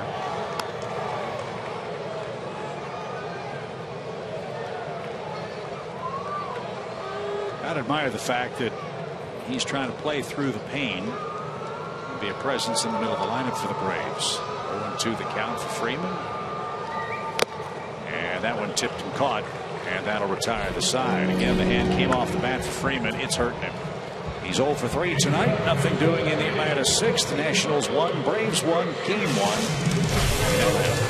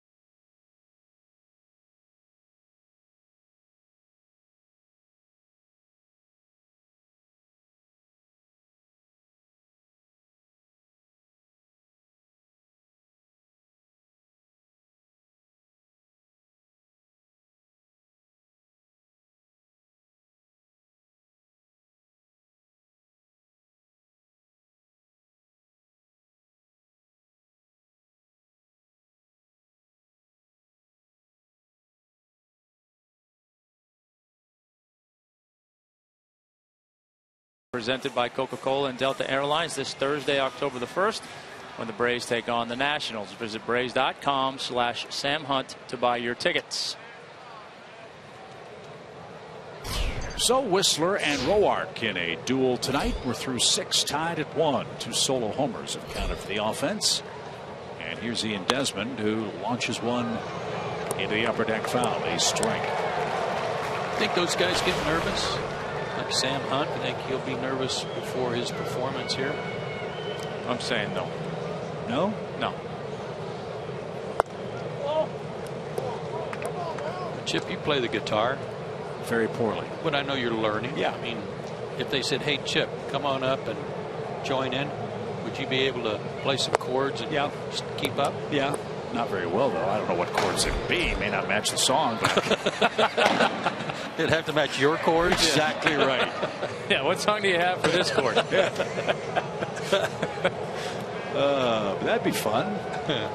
2 balls and a strike. My specialty right now, as far as the guitar is concerned, is making noise. I'm hoping David Winston will give me some tips. He's the man. Yeah. 3 balls and a strike. And inside to Desmond. Ball 4, leadoff walk. He's aboard for a second time. And only the second pass for Matt in the game. But you got a man that can steal a base or 2 at first base, and we'll see how the Braves approach the 7th inning. Action is beginning now for Atlanta. And for Washington as well. It's Peter Moreland for the Braves. And Matt Grace is up for the Nats. Matt Williams and Freddie Gonzalez want to play bullpen matchup. They got a great chance to do it, don't they? Both bullpens are overflowing with arms. High ball one. Yeah, I don't know if our Fletcher cam can spin around and see Dave Baker's, Laser Baker's roster over here. Right. But it's a 2-sheeter. That's lengthy.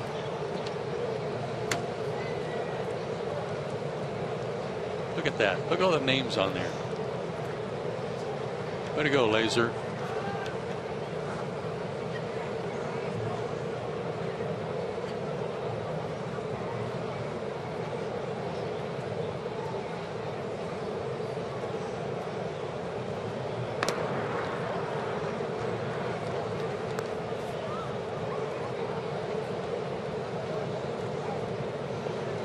Runner at first. And a 1-0 count. Matt Den Decker.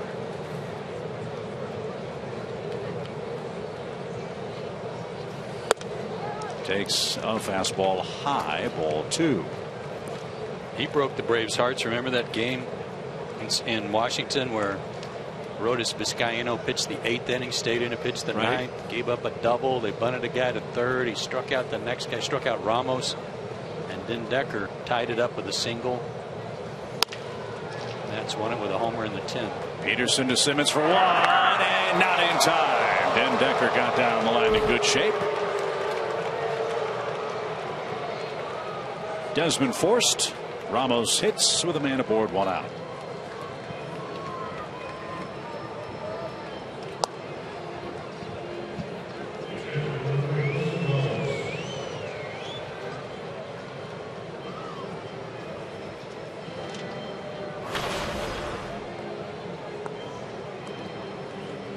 Yeah, the game Joe's talking about was on Friday, September the 4th. Game started by Julio Teheran against Tanner Roark. Gave up 1 run in 4 1/3 innings in that game in Washington. Teheran pitched great. He gave up 1 run as well. And then it became a battle of the bullpens. Atlanta led 2-1 in the 9th inning. And some outside the box thinking for Freddie Gonzalez. He wanted to make sure that they had a chance to finish that game off. And then when Den Decker had the big base hit off Vizcaíno, Braves had to go deeper into the bullpen, and a 3-run homer by Michael Taylor ended it in Washington's favor, a 5-2 game. Vizcaíno pitched the 8th. Leadoff double in the 9th, was 1 out away from a 2-inning save. But Washington. And Den Decker, as I recall, sorry Chip, kind of ambushed that one. Yeah, first pitch. Starting in the count. Ground ball toward third. Castro to second for 1. Peterson turns it, low throw. Freeman dug it out, and that will retire the side. Good starting pitching tonight for Matt Wisler. Good for him. He is finishing strong. We're at the 7th inning stretch time.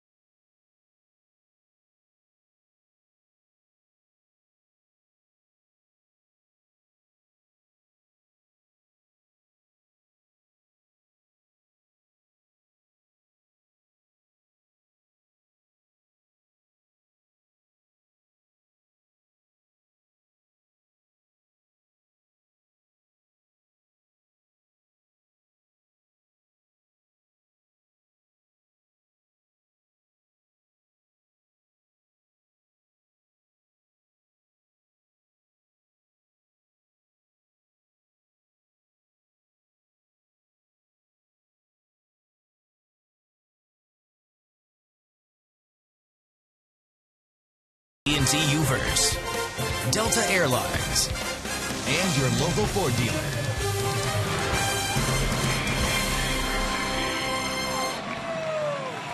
Well, congratulations to that couple. Wow, that's nice. Yeah.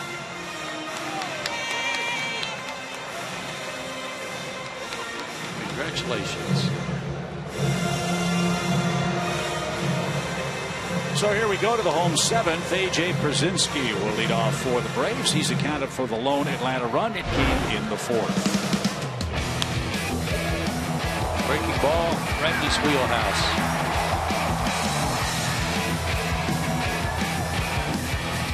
Saw something that's interesting. You pitchers, something else. Talk about hitters being superstitious. They threw the ball down, and second baseman threw it over to Desmond, who threw it funny. He threw a knuckleball or something, and it went off the glove of Rendon and rolled over to Roark. Roark didn't want the ball to get to him that way, so he tossed it back to Rendon, who then tossed it back to Roark so that he could catch it barehanded. That's how he likes to get his inning started, was with that toss. It's not superstition. That's routine. That's his routine. That's how when he catches that ball barehanded, that's how he gets mentally right to start the inning. The difference would be what? I don't know. Okay. Now we're getting somewhere. 3-1 count. And on a play foul.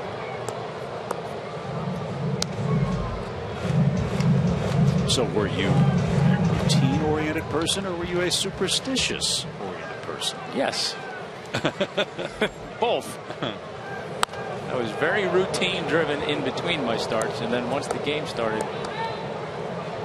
it's probably more superstition. Now, what were some of the ones that would stick out in your mind? Didn't step on the lines. That was an absolute no-no.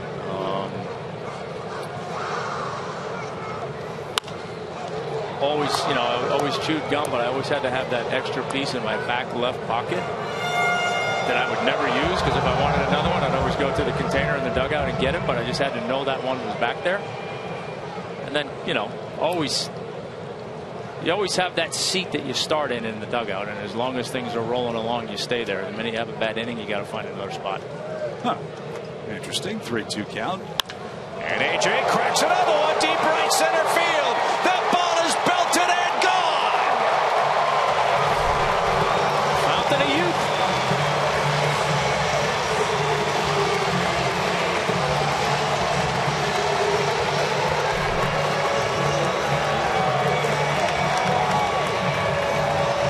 Outstanding.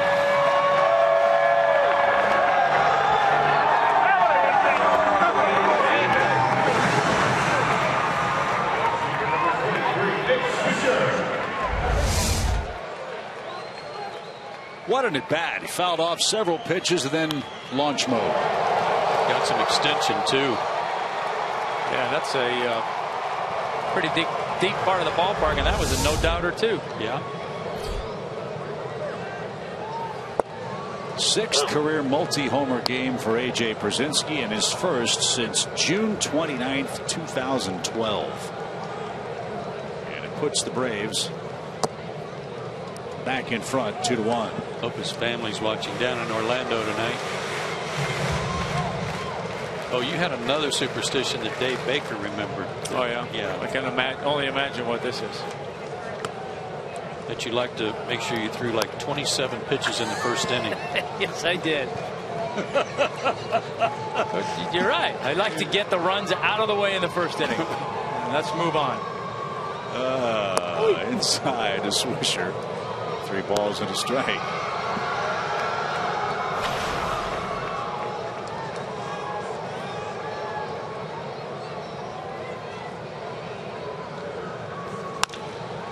To second, and Turner with a peg to first. There's out number 1.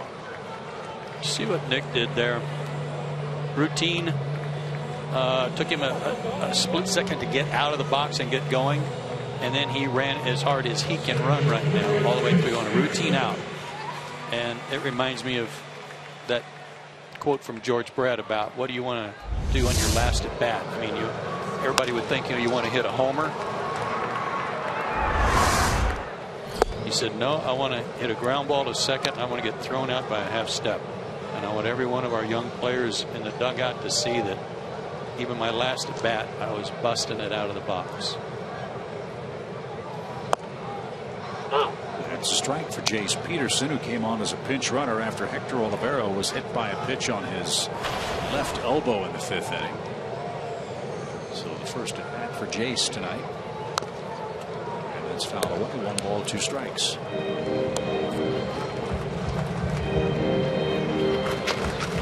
Well, so much has been made this week around baseball about the importance of character and leadership and all of that. I think that's something that's been very apparent with this Braves ball club this year. We know what they lack as far as major league ready and division winning championship talent is. We know what this team isn't.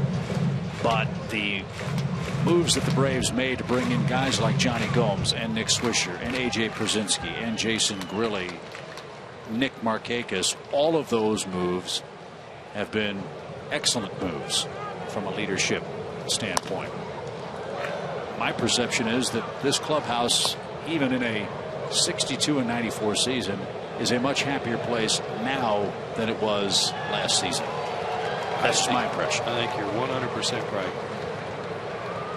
Well, they brought in good character guys for that reason. Jace didn't get it. He's the second out. I mean, when Johnny Gomes was traded, we knew the possibility of that happening. I think we were all very disappointed because of what he brought, those intangibles to the ball club.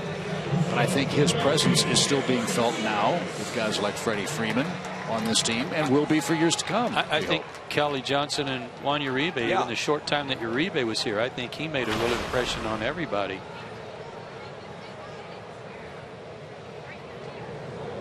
And you hope that that's a lasting impression.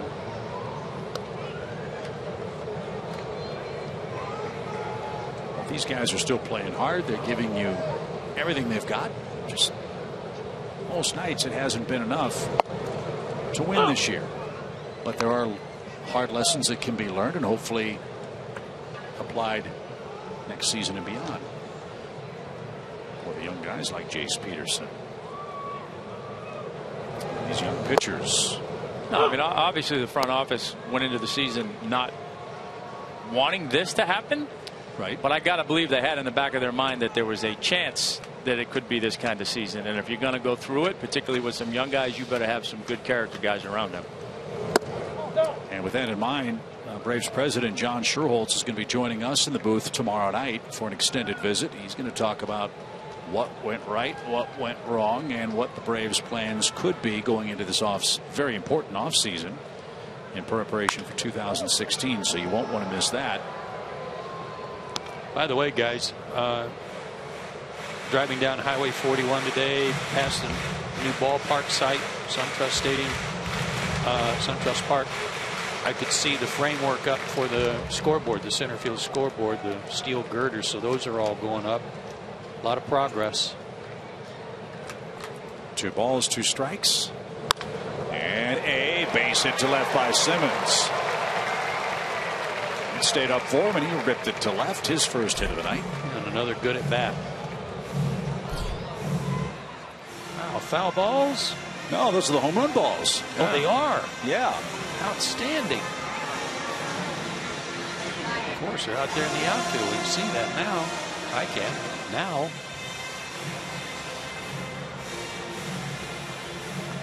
And so Matt Williams is on his way to the mound. He's going to take the ball from Tanner Roark, who pitched a great ball game tonight. 2 runs, 5 hits, both runs AJ Przinsky solo homers.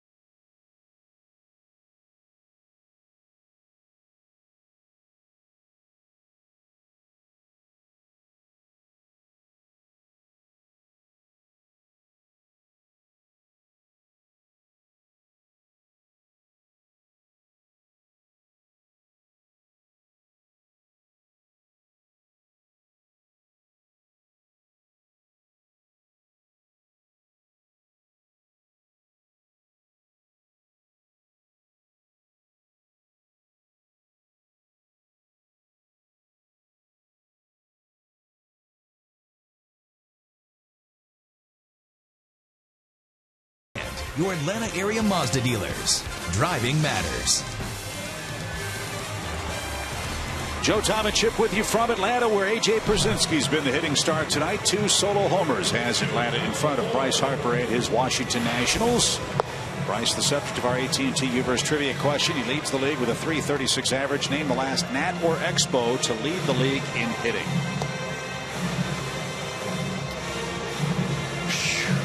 I'll go first. I'm going to stick with Tim Raines. I'm going to go with Christian Guzman. That's a good one too. I'm going to go with Grizzlonic. And the answer is Tim Raines. Good call. Way to go, bud. Oh, wait. How come he's not in the Hall of Fame? I bet he stole a ton of bases that year too. Fouled by Michael Bourne at the plate. This is Matt Grace. The Nats are counting on him for big things next season. He's in his 25th game for Washington this year. Raines swiped 70 bases that year. Thanks, Gretchen.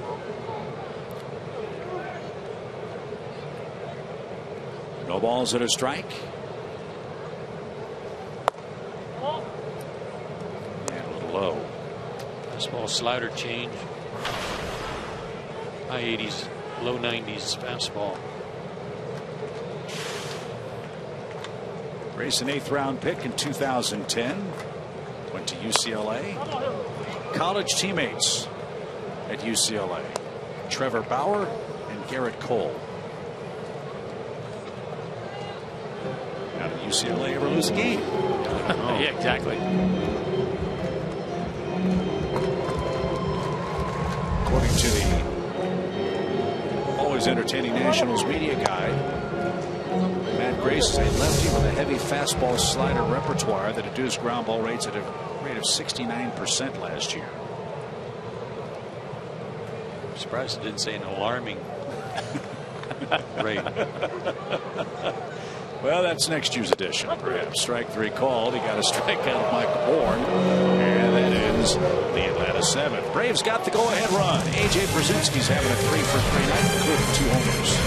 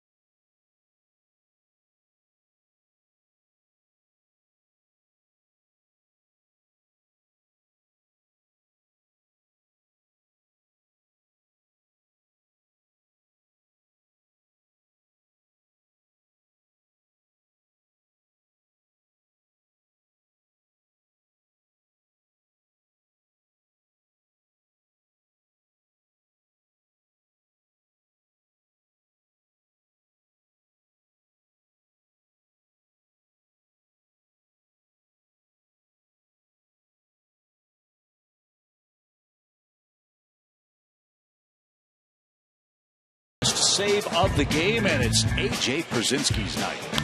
And maybe it is the save. Put the Braves on top. Trey Turner homered to tie it. Now AJ's put the Braves back on top with a solo shot. Got the lead. Hang on to it. Yeah, like this. Whistler's out for the 8th inning. And he'll face the levitating man, Reed Johnson.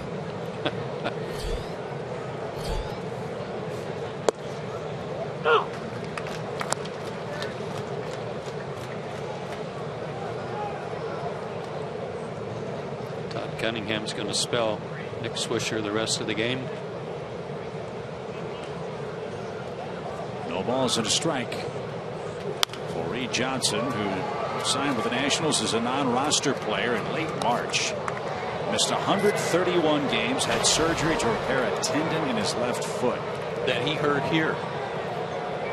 Remember, he was at second base and had to come off the field. And it took even longer for Johnson to come back from the foot injury, because he's on a rehab assignment in the minor leagues and he broke a rib. I'll remember Reed, a terrific pinch hitter.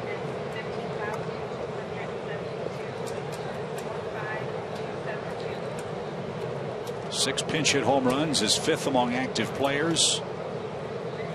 Not afraid to lean into a pitch. That one's taken low. And another guy that fit in very well here in Atlanta. Veteran, knew how to play, good dude. Knew his role, everything he had. Yeah, you like having players like him on your team. And he strokes that one into center field and represents the tying run. Reed Johnson with a pinch hit. And now we go to the top of the order, and Freddie Gonzalez will go to his bullpen. So Matt Wisler, 7+ innings of excellent work tonight. He scattered 4 Washington hits, 1 run at the home run by Trey Turner. And Wisler will depart with a man aboard and a 2-1 lead.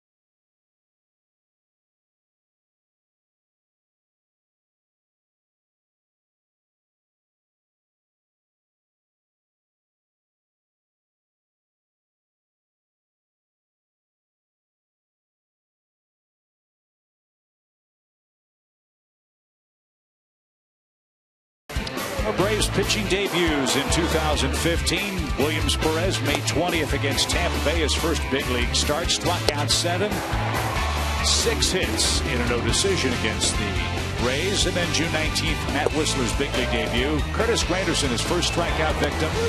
Whistler won that ball game. 1 earned run after 8 innings of work against the Mets, who at that time were a real offensive struggling ball club. 2-1 game too, close ball game. And look at this. When you look at positives for the Braves this year, guys, I think we'd all agree that you live and die with your starting pitching. These youngsters were thrust into a lot of starts for the Braves this year, and this experience you hope will help them next year and beyond. Yeah, and there's 3 of them. I mean, that's not everybody, but that's 3 of them, the 3 guys that are going to pitch here back to back to back against the Nationals.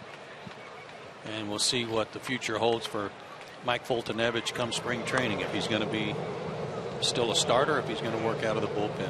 I say there's going to be some interesting storylines and potentially some really interesting competitions next spring. Wilmer Defoe is the pinch runner at first for the Nationals. And Edwin Jackson is the new Braves pitcher. That's high and tight. With the Braves, Jackson's making his 21st appearance. He's got 2 wins, 2 losses, a .338 earned run average. Opponents hitting just .187 against him.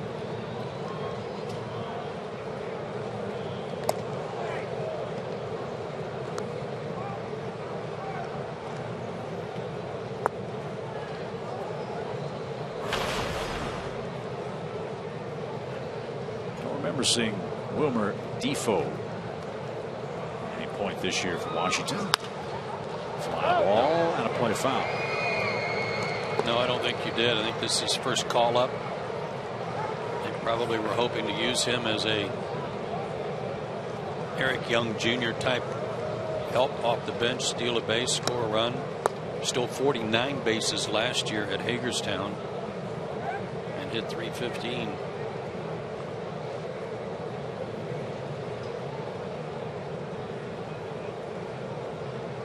Tough out for Jackson. Rendon the batter and takes high, ball 2. 2 balls and a strike.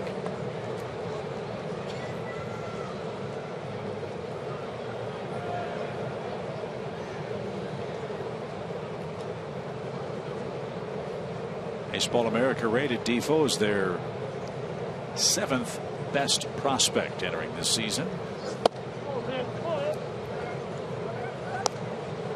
If you wear number 1, that's a speed number, isn't it? Usually, yeah. Right? I mean,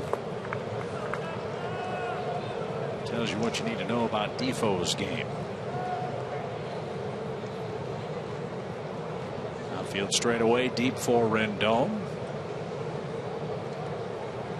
who singled to start the night. And he hits a fly ball towards center. That's going to be caught by Michael Bourne. Defoe back to first. There's a big out. Here's Turner.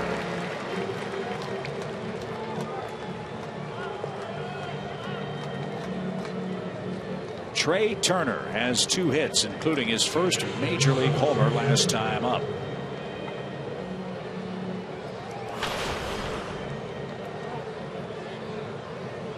So I'd be careful on the first pitch.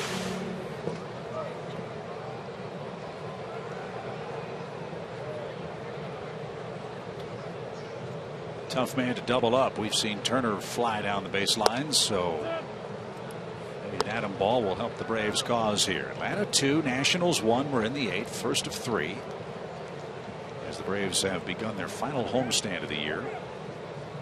Washington and then the Cardinals. 2 balls, no strikes.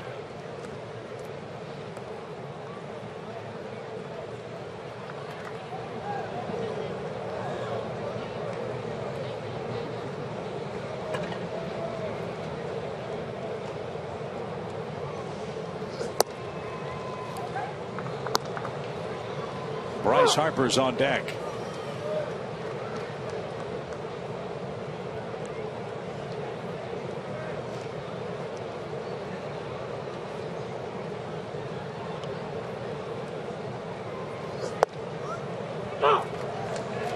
I'm glad that Whistler was given the chance to go back out there for the start of this inning, but after giving up the single, it was pretty obvious that Freddie was not going to let him go through the top of the order again. I think that would have been one of those ones. As long as he had nobody on base, Freddie's going to let him go and see how far he could get. But the minute you get somebody on, you're out. Back-to-back 7-inning starts for Whistler, each with 5 hits allowed. And there's ball 4, first and second for Bryce Harper in a 1-run game. And now A.J. Brzezinski goes to the mound to talk with Edwin Jackson. Mark Sperry's up in the Atlanta bullpen. So is Peter Moylan. This may be to buy Mark Sperry a little extra time to throw a few more pitches. The book would tell you lefty versus lefty with regards to Bryce Harper. Let's see if the numbers match. Bryce Harper against lefties, doesn't matter. He's hitting .320 against them. 34 strikeouts and 153 at bats. So Freddie sticking with the experienced reliever here.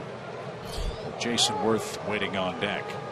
Harper to this point a quiet night. He's flied out, struck out, and walked. And that's low. 1 ball, no strikes.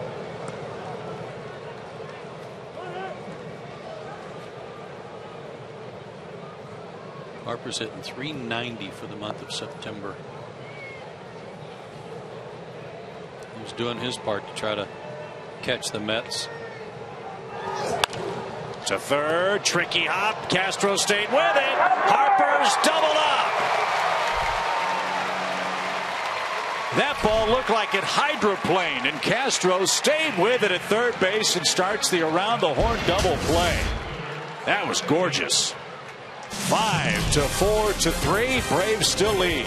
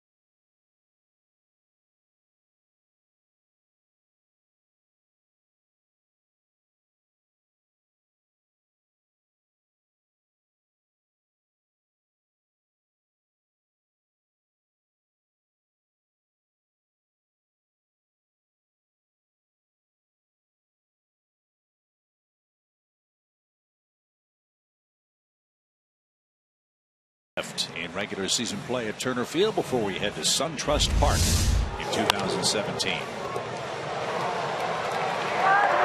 That was a really good play by Daniel. And a good job by Edwin Jackson to get out of that. So he preserves a 2-1 Atlanta lead. Whistler can win it as Atlanta looks for a little insurance against right-hander Blake Trinan, who's in his 57th game. This guy's a hard thrower. 95-98, a slider. You always know that on these scouting reports, when the guy's throwing 95-98, he's usually only got one other pitch. He really doesn't need anything. Yeah, no, Pedro Siriaco will pinch hit for Jackson.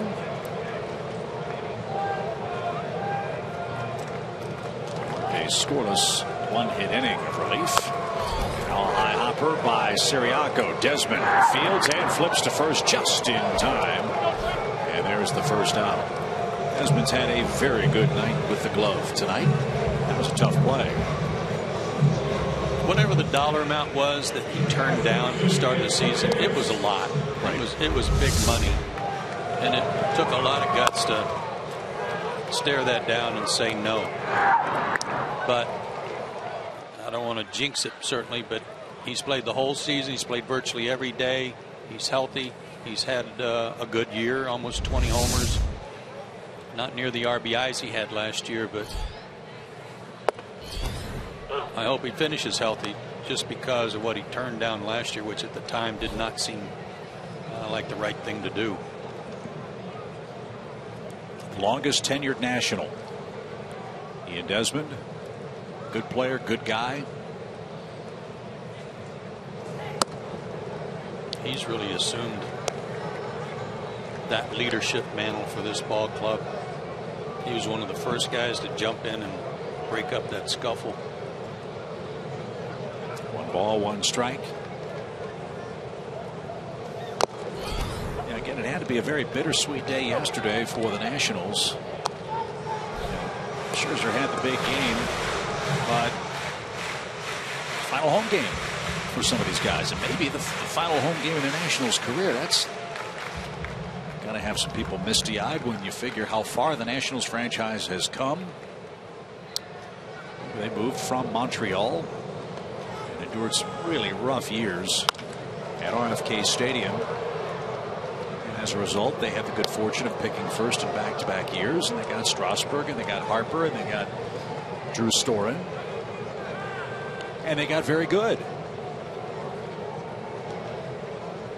But it's going to be I think, a fascinating storyline to follow in the days right after the regular season ends. As Markakis is down on strikes, trying it with a nasty pitch, has his second out of the inning. 89-mile-an-hour slider. Yeah, it'll be interesting to watch. They're, like I say, you still look at that ball club, and there's some pretty darn good players out there. But obviously, after you have a season like this, you're going to look at ways to get better, whether it's by additions or subtractions. And certainly for Desmond, that's going to be a big decision weighing on them going into the postseason.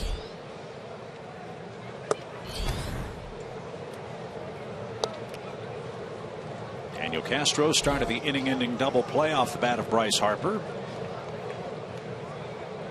Castro tonight 0 for 3 at the plate. Drives that one out of play, foul. 1 ball, 1 strike. They're not a team. There's something missing, but they're not a team that needs that veteran guy.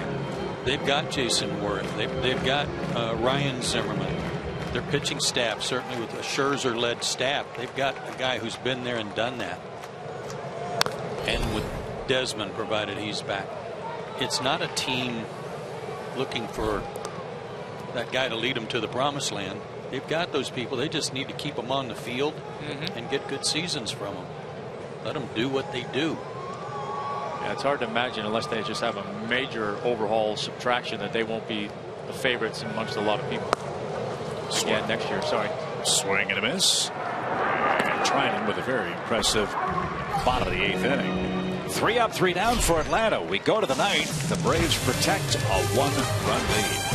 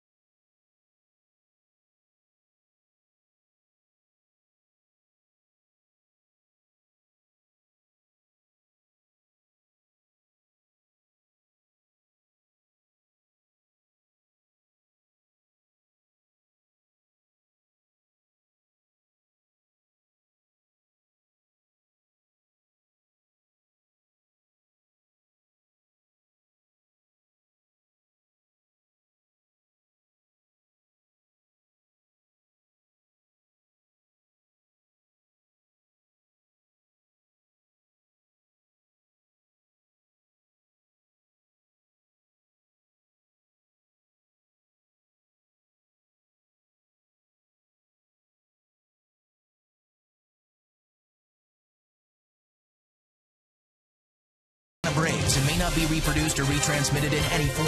The accounts and descriptions of this game may not be disseminated without the express written consent of the Atlanta Braves.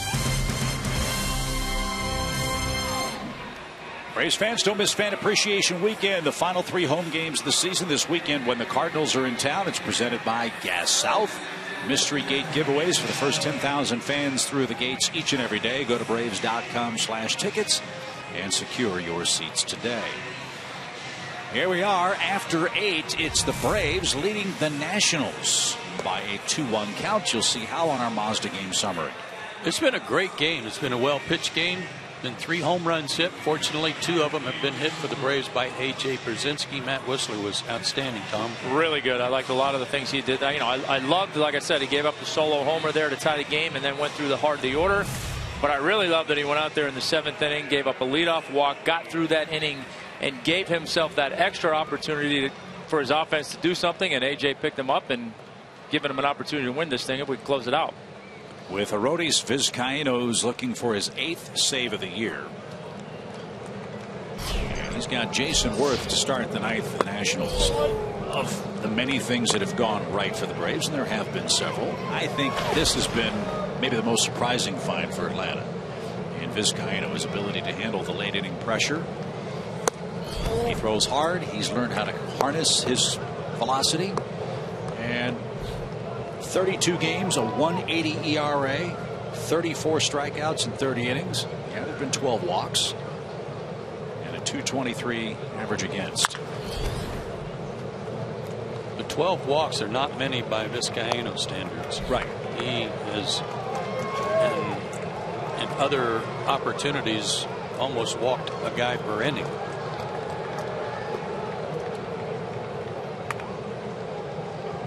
Vast improvement in that area. How about this stat that Gretchen just told me? In save situations for Vizcaíno, he has a 1.04 ERA and has allowed only 1 run. Fly ball left. Cunningham on the run, can't get there. He plays it in front of the track, and Jason Worth with a leadoff single represents the tying run. That 1 run would have been the one given up when Dendecker got the base hit. Fooled, but one-handed.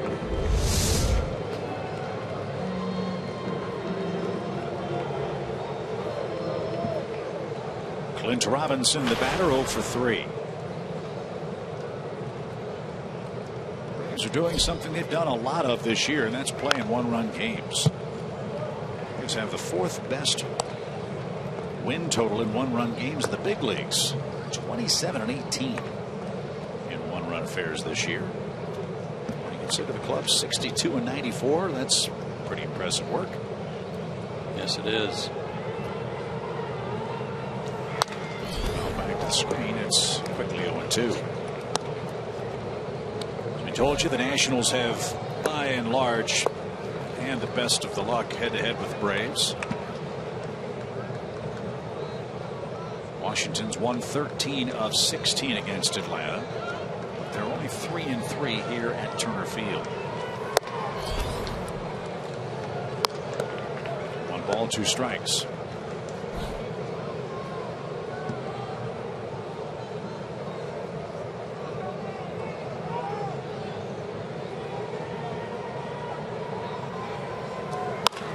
Line drive left. Cunningham can't get to that. Back-to-back hits for Washington now. And we've got some 9th inning drama. 2 on, nobody out. And here's Desmond.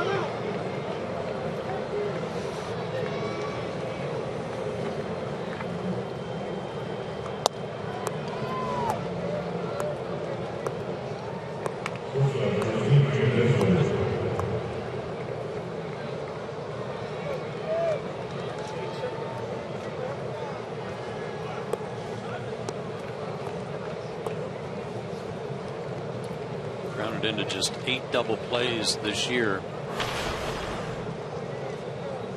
and well over 600 plate appearances. How about a triple play? Yeah. Okay. Castro's right at the bag. Desmond shows bunt, and it's right in front of the plate. Throw to third, 1. Toss across to first, 2.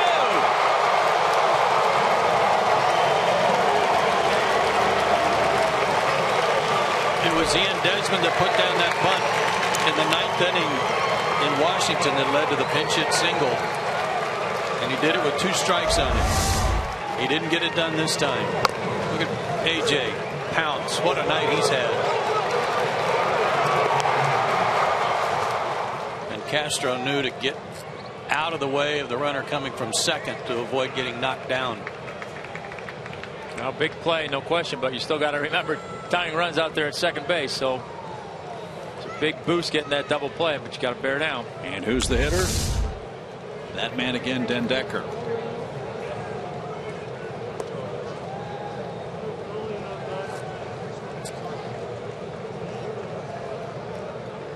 And it's Michael Taylor who's going to pinch run for Robinson. Braves need one more out to finish off Washington. 2-1 Braves lead it.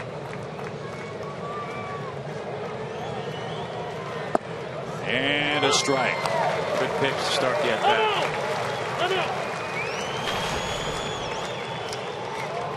Ball got away into left field, so time called. I think that came flying out of the bullpen.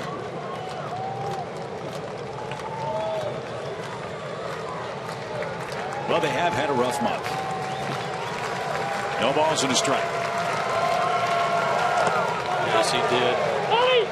Oh. No swing. Ball in the dirt. 1 ball, 1 strike.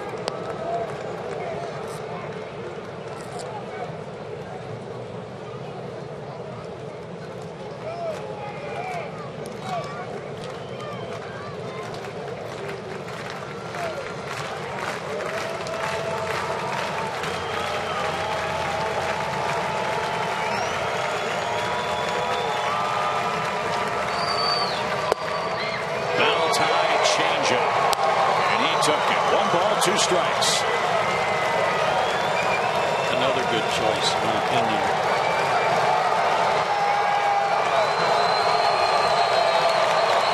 Now you can go any way you want. Yep.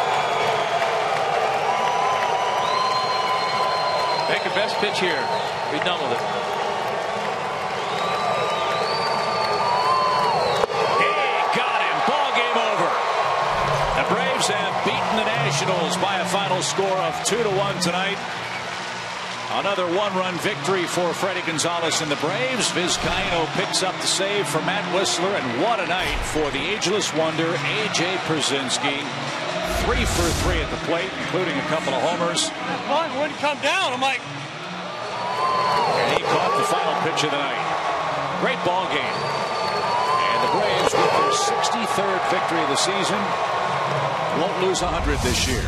And that's an important milestone as well. We'll talk about that and more as we continue from Atlanta, where the Braves beat the Nationals 2-1.